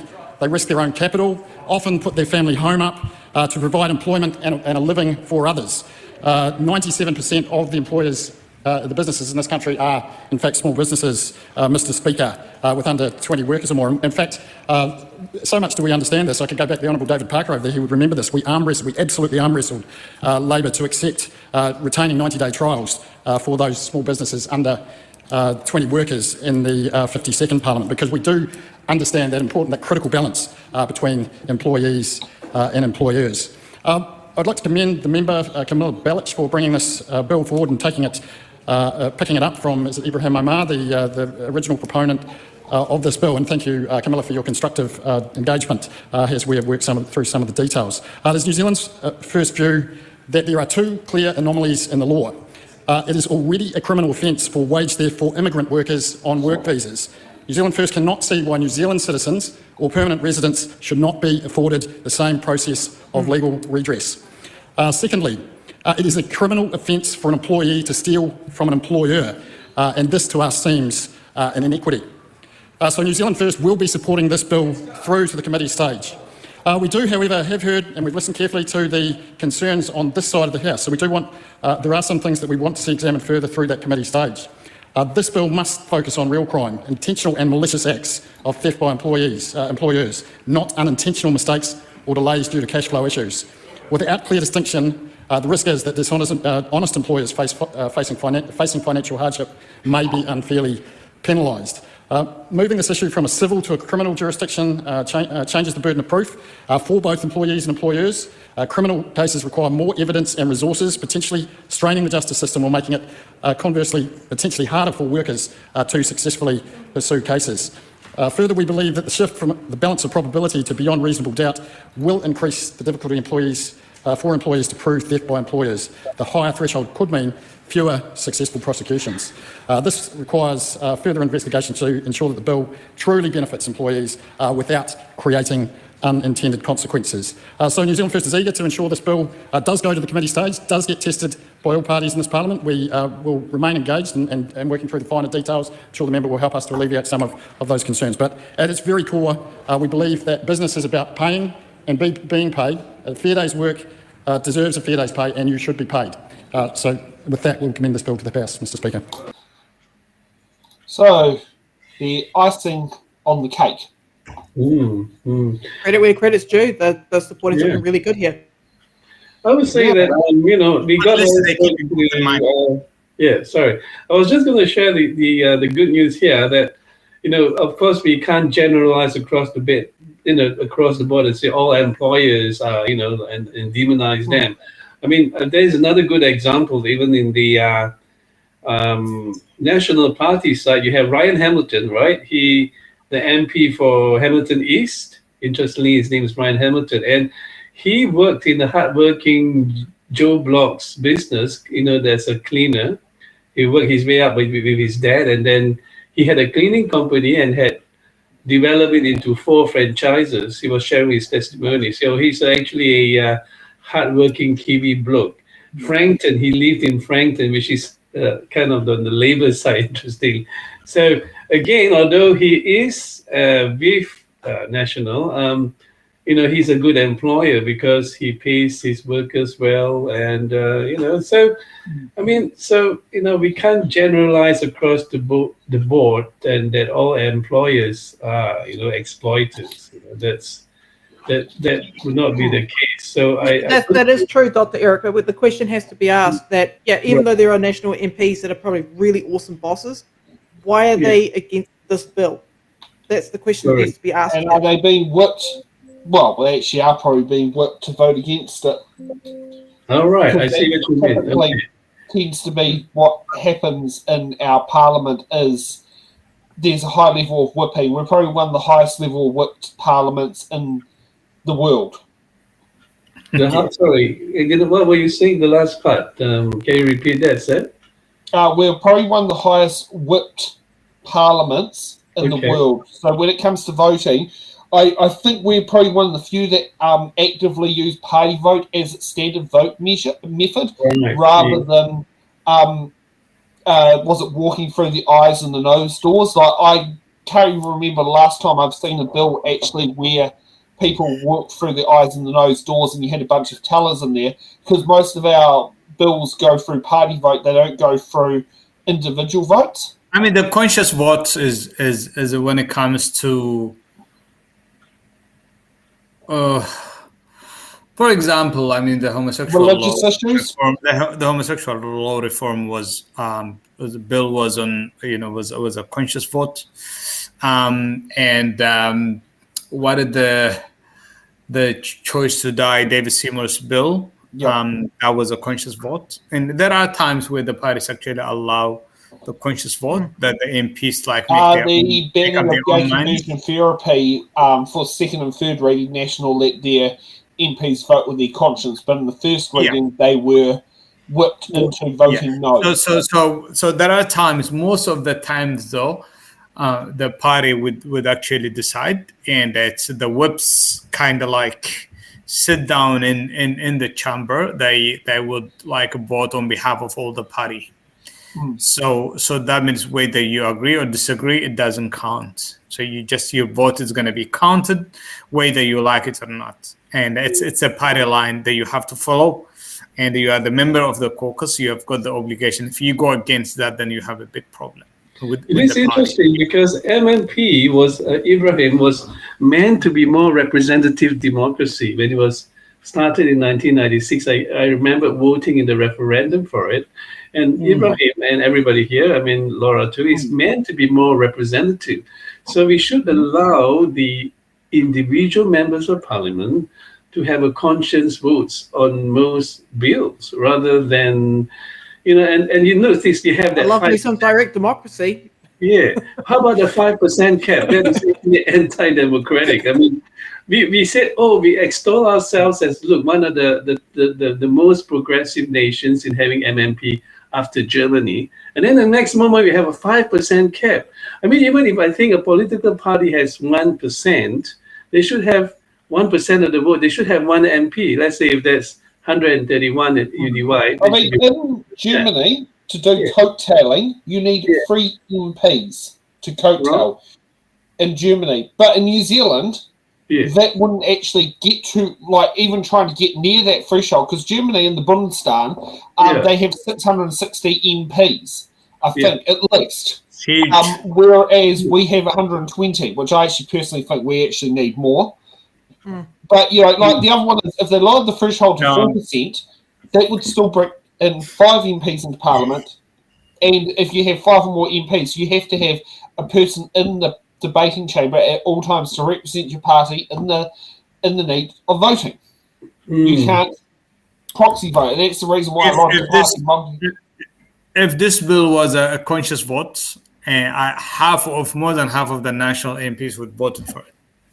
I would say so. I mean, maybe even I can put my hand in my hat and say more than half of them would have voted for it. And I would also say, if you put this out to referendum, it would majority pass in there, because people go, hey, what? How is that not a criminal offence? Of course I'm ticking yes. Yeah. And a lot of employers would tell you actually, like, what?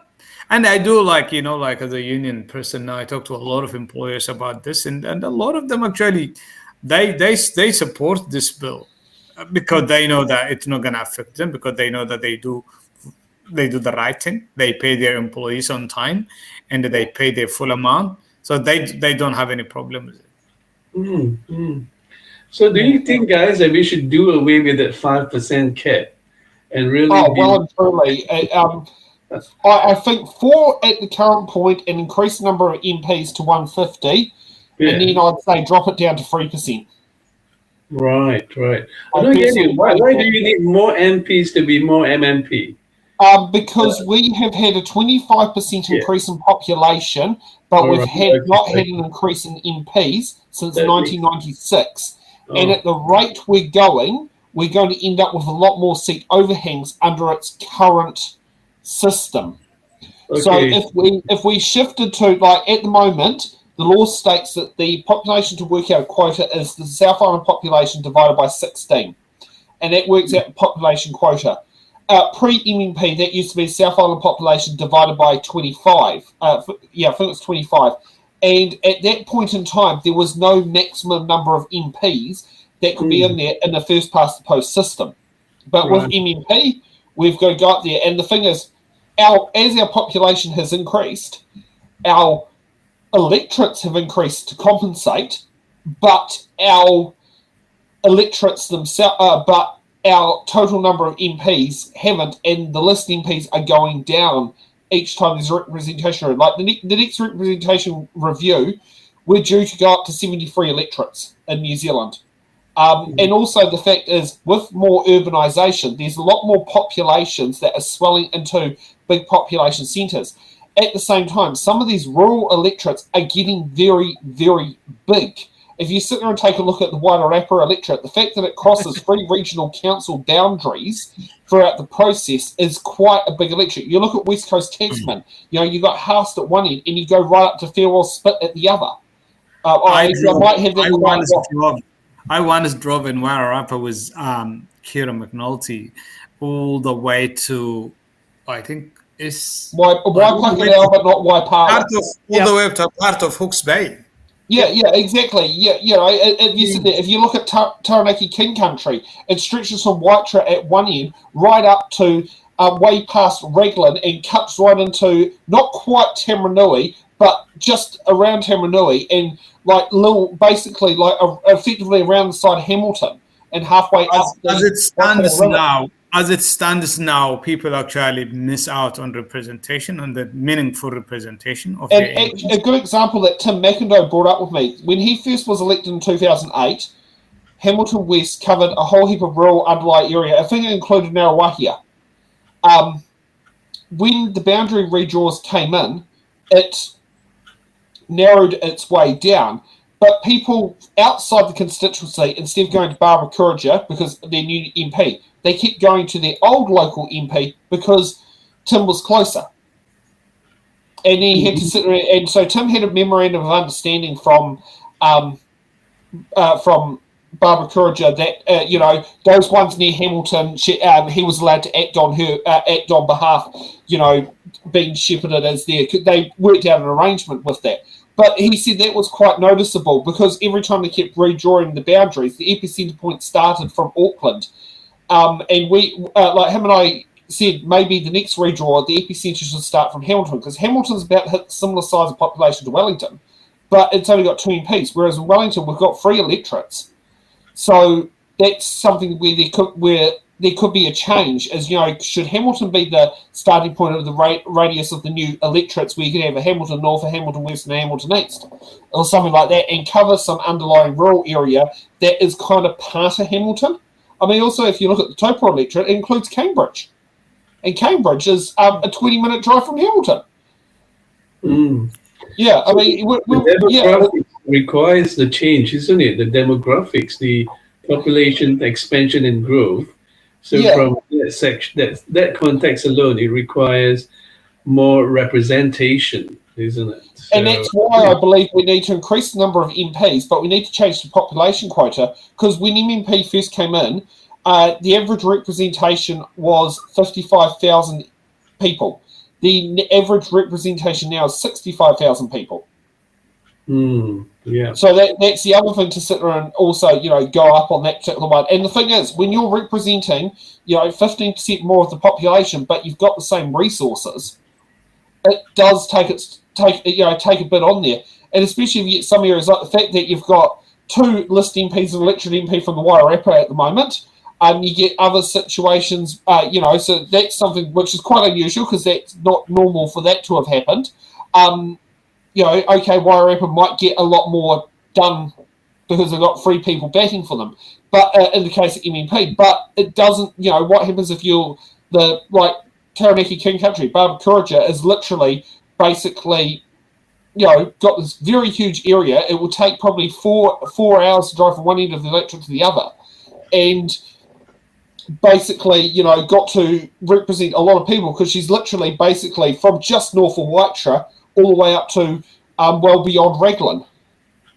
Yeah, interesting, because if you look at what do you call it, the Freedom New Zealand Party, right? They had like 1% or something, and then there's another New Zealand Loyal 1%. So by right, under MMP, they would have 1 seat each, kind of, let's say 100%. Possibly 2. If it's 1.2%, it could be approximately 2 seats.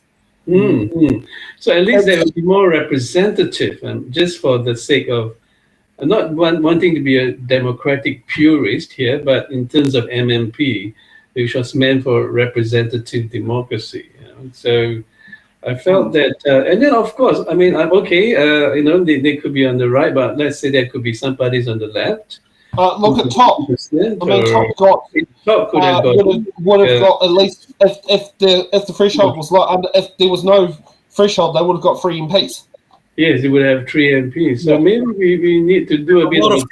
There's a lot of things that can be fixed in this government. A lot of things are not right. But that's probably because the discussion for another day. Otherwise, we can go until tomorrow and we're not going to cover it. Now, Stacey has reminded us there is 20 minutes. Actually, it's a while ago since she reminded us that there's 20 minutes to go. Do we go on to the Corrections Victims Protection Amendment Bill? Because we're likely only going to be able to get 1 speech. Okay, then. What do you think, guys? Let's start off with Rima, the bill holder. Speaker. Mr. Speaker, it is actually an honour and a privilege to stand before my colleagues and yourself today for the second reading in a member's bill in my name. And this bill, as we just mentioned, is the Corrections Victim Protection Amendment Bill. It was drawn out of the ballot on the 1st of February 2024, this year, and the first reading was 20th of March this year as well. It was open for submissions, Mr. Speaker, between the 6th of April and the 6th of May, and 12 submissions were made.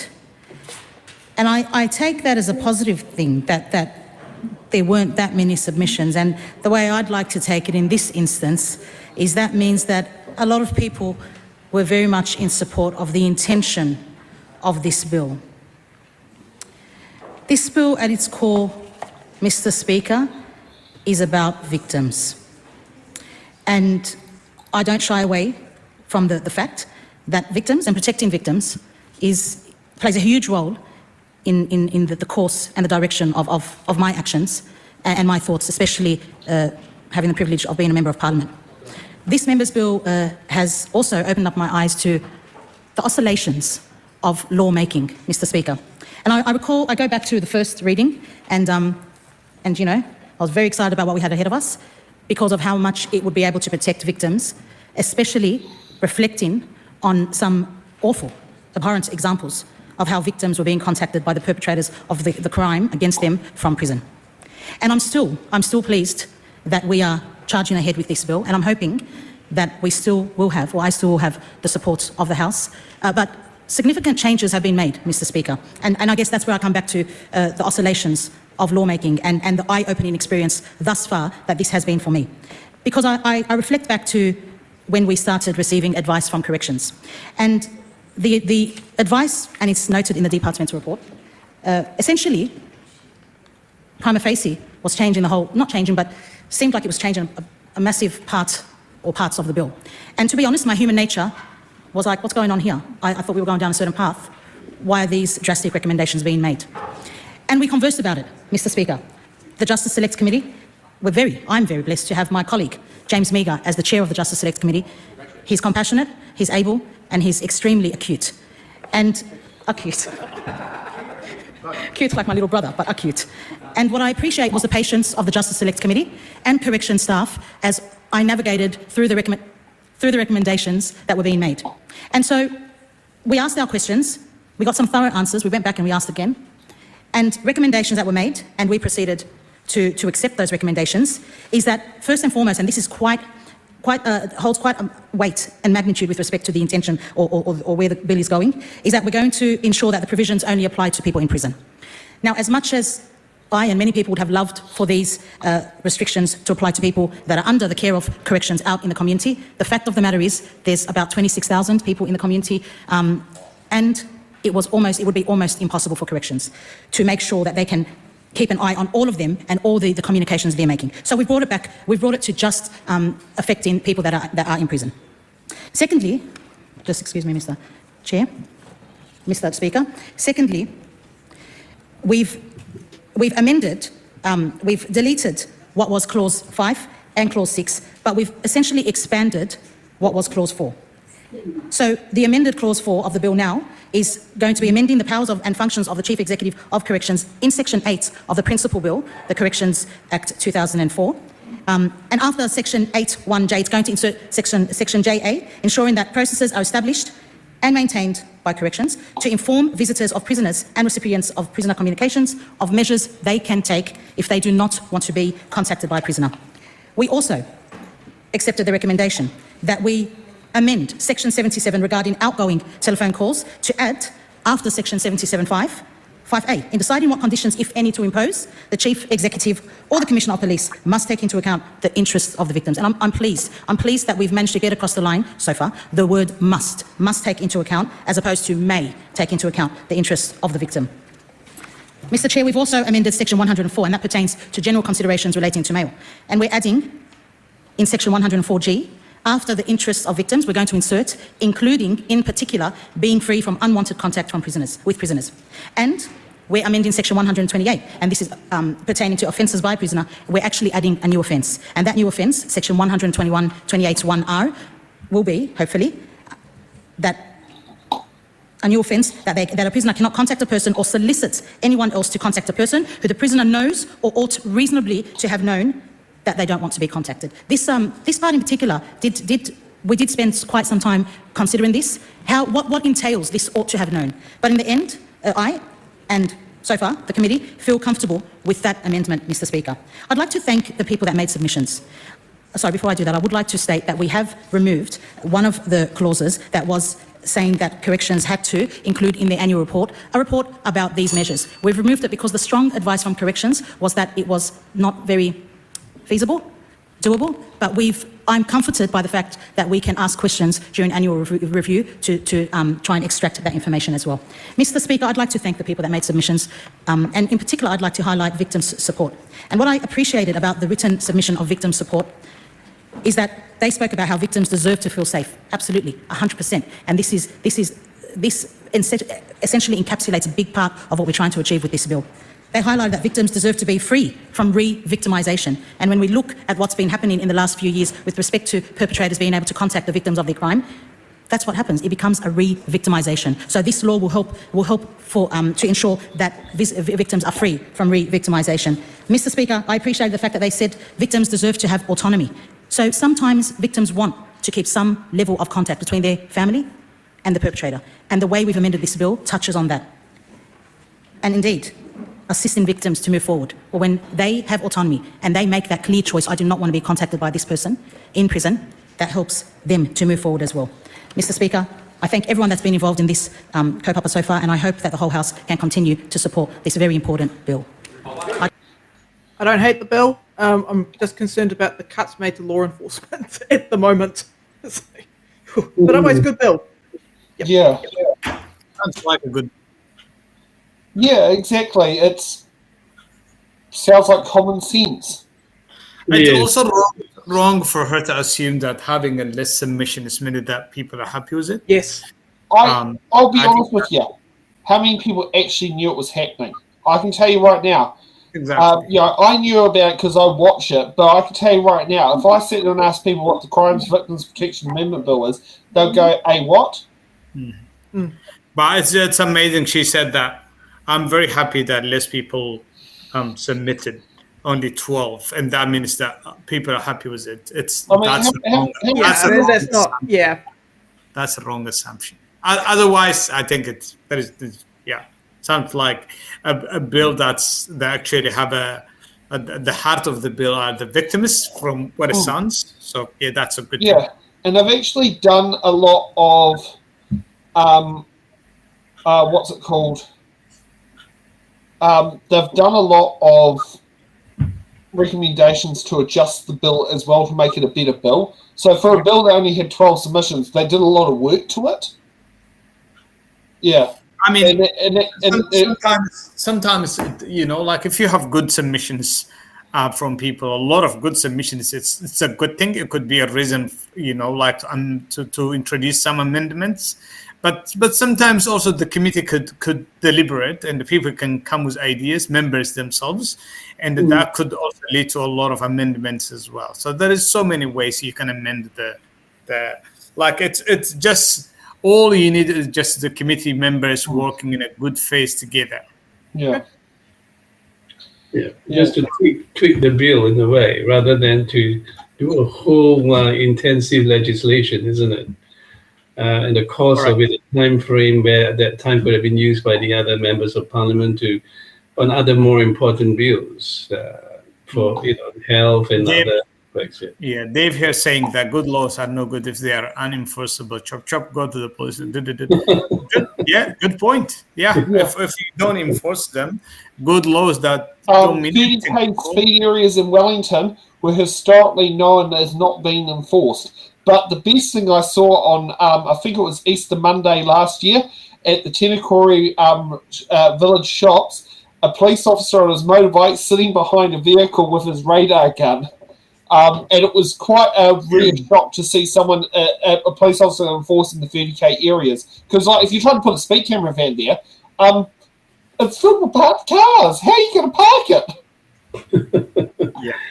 I think it's also good because, a scenario where I think there was a bill where someone, rape victims, right? And you have to go and face the person again, in terms of that person wanting to talk to you. Okay, can be from be gender neutral. It can be from women or men. But the point is that I think this helps to at least protect more the victims. Where you don't get re-traumatized. I think that's good.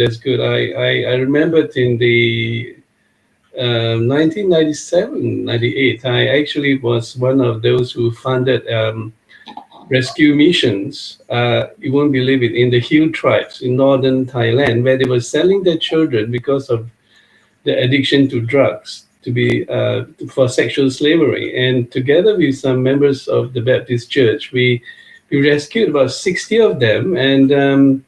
And of all the things, our 2020 reporter reported this and exposed our operations to the drug lords because it came up in TVNZ.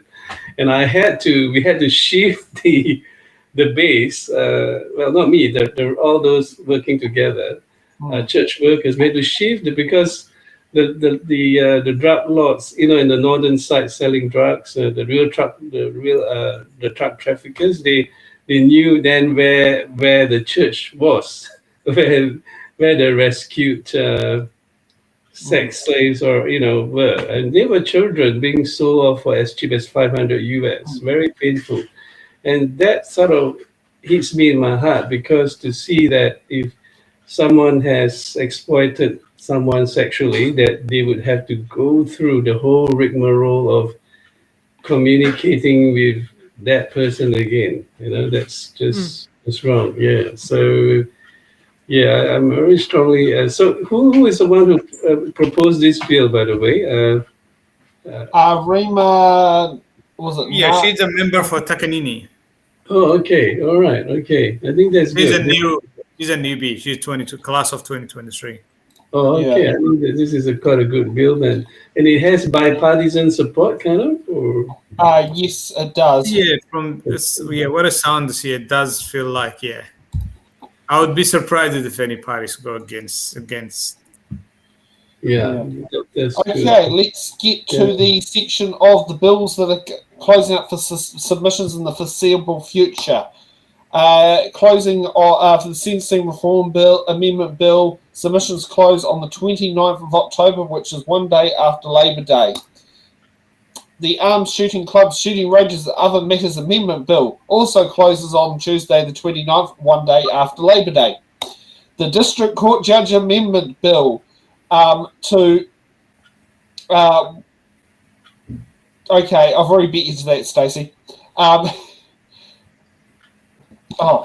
Another alert's popped up on my phone. Okay, the District Court Judge Amendment Bill to increase the number of judges by one is due also on Labor Day.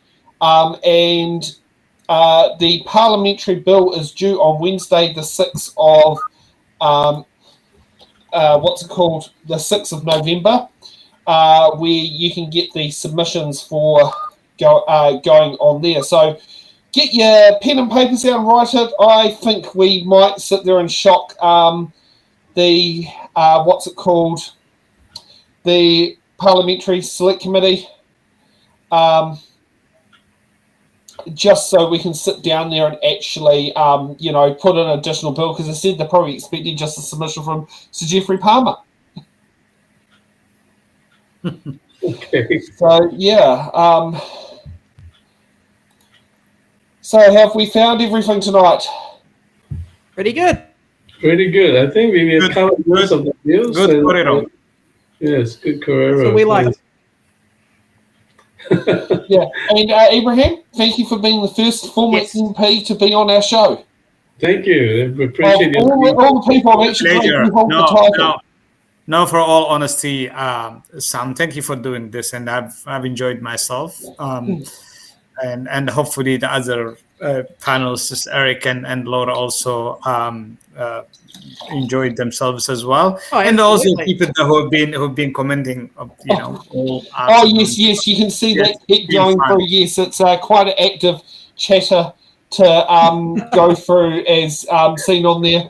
And I mean, as I say, the point of the show is to work out it is to let people know what's happening in the House. You know, showing competent members of Parliament versus incompetent. I mean, put it this way: if you watch It's in the Ballot, was it the order paper on It's in the Ballot? Nicole McKee comes across as a very sane, level-headed, well-organised minister. Whereas you've seen a couple of others which are a bit flip-flop and don't really know what they're talking about. It's because she's speaking constantly on the thing that she has been advocating for before she became an MP. So she came in one thing in mind to overturn the legislation of around the semi-automatic weapons. So it's that's the other thing. And maybe you should organize a panel around that. I think that's actually it's a very important issue. Yeah, no, the different bills in there, and I mean, okay, this week we didn't have any voting on bills, but that's because your bill came up, and to be honest, as executive producer, that was more important to be displayed because it's a bill I personally do feel very passionate about seeing. Well, we hope, Ibrahim, you could... Someone is telling me, shut up, Sam. Remember, Kiwi Skirt, it's Nicole McKee, not Nicola Willis, Nikki No Boats from the Aotearoa electorate, who didn't even know the fairy tale, half of it's in their electorate. Radian also suggesting to me that I should go to a big, hairy news. Oh, to BHN, yes, I wouldn't be surprised. Or you may end up having Paul, the other one, also making contact with you as well. I mean, many of the guests have ended up on, Behind the Wall, have been discovered through the order paper. Yeah. Cool. Good to know. Okay, so for all of those watching at home, thank you for watching. You can enjoy the rest of your night. And for our panelists, if you want to stay for after panel chats, you can sit there and stay joined in, and we can net away for the next 15 minutes as well. And we'll see everyone. Oh, now we do have something on here. The House is going into extended sitting on Wednesday at the moment, but it is to help extend the hours to private, local, and members' business. And on Thursday afternoon, there'll be a debate, which I don't know, that could be a bit of a first. Going into extended sitting time for Members' Day. I thought it was because of the Darlene Turner thing. Oh, no, that has nothing to do with it, but I think she'll be getting dragged out by the Sergeant of Arms. If you get my opinion, I think she'll be in the chamber. That's not going to take a lot of debate. That's entirely subject for a Speaker of the House. He decides on it, and I don't think it's going to be a hard decision. It's going to be tough, isn't it? Because Greens were supporting they were kind of for more democratic representation against the anti-voting. And then now they were never fun. They never supported it. They never liked it, but they find themselves really cornered. And Darlene is in the wrong. The good thing is they have gone through a very thorough process. Yep. And I think it's actually going to work in a positive atmosphere because the bill being more successful is the fact they've gone through this long, slower process. If the caucus just decided this would have been, I think it could have been a lot of blah blah around it, but they went to the membership. So delegates have voted about 180 unanimous. Yep. So okay, let's roll the closing credits and let's get to closing. Chat. Okay. Migrant exploitation. Thank you for watching The Order Paper, your express ticket to the New Zealand House of Representatives. Every episode, we unravel the complex world of legislation, debate, and democracy. From bills to select committees, we've got it all covered. From our team of political commentators who will dissect and explain what's happened so you can remain up to date on what's happened in the Aotearoa, New Zealand Parliament. To support our channel, you can become a Patreon member at patreon.com/It's in the Ballot. The Order Paper podcast is brought to you by It's in the Ballot Productions, live at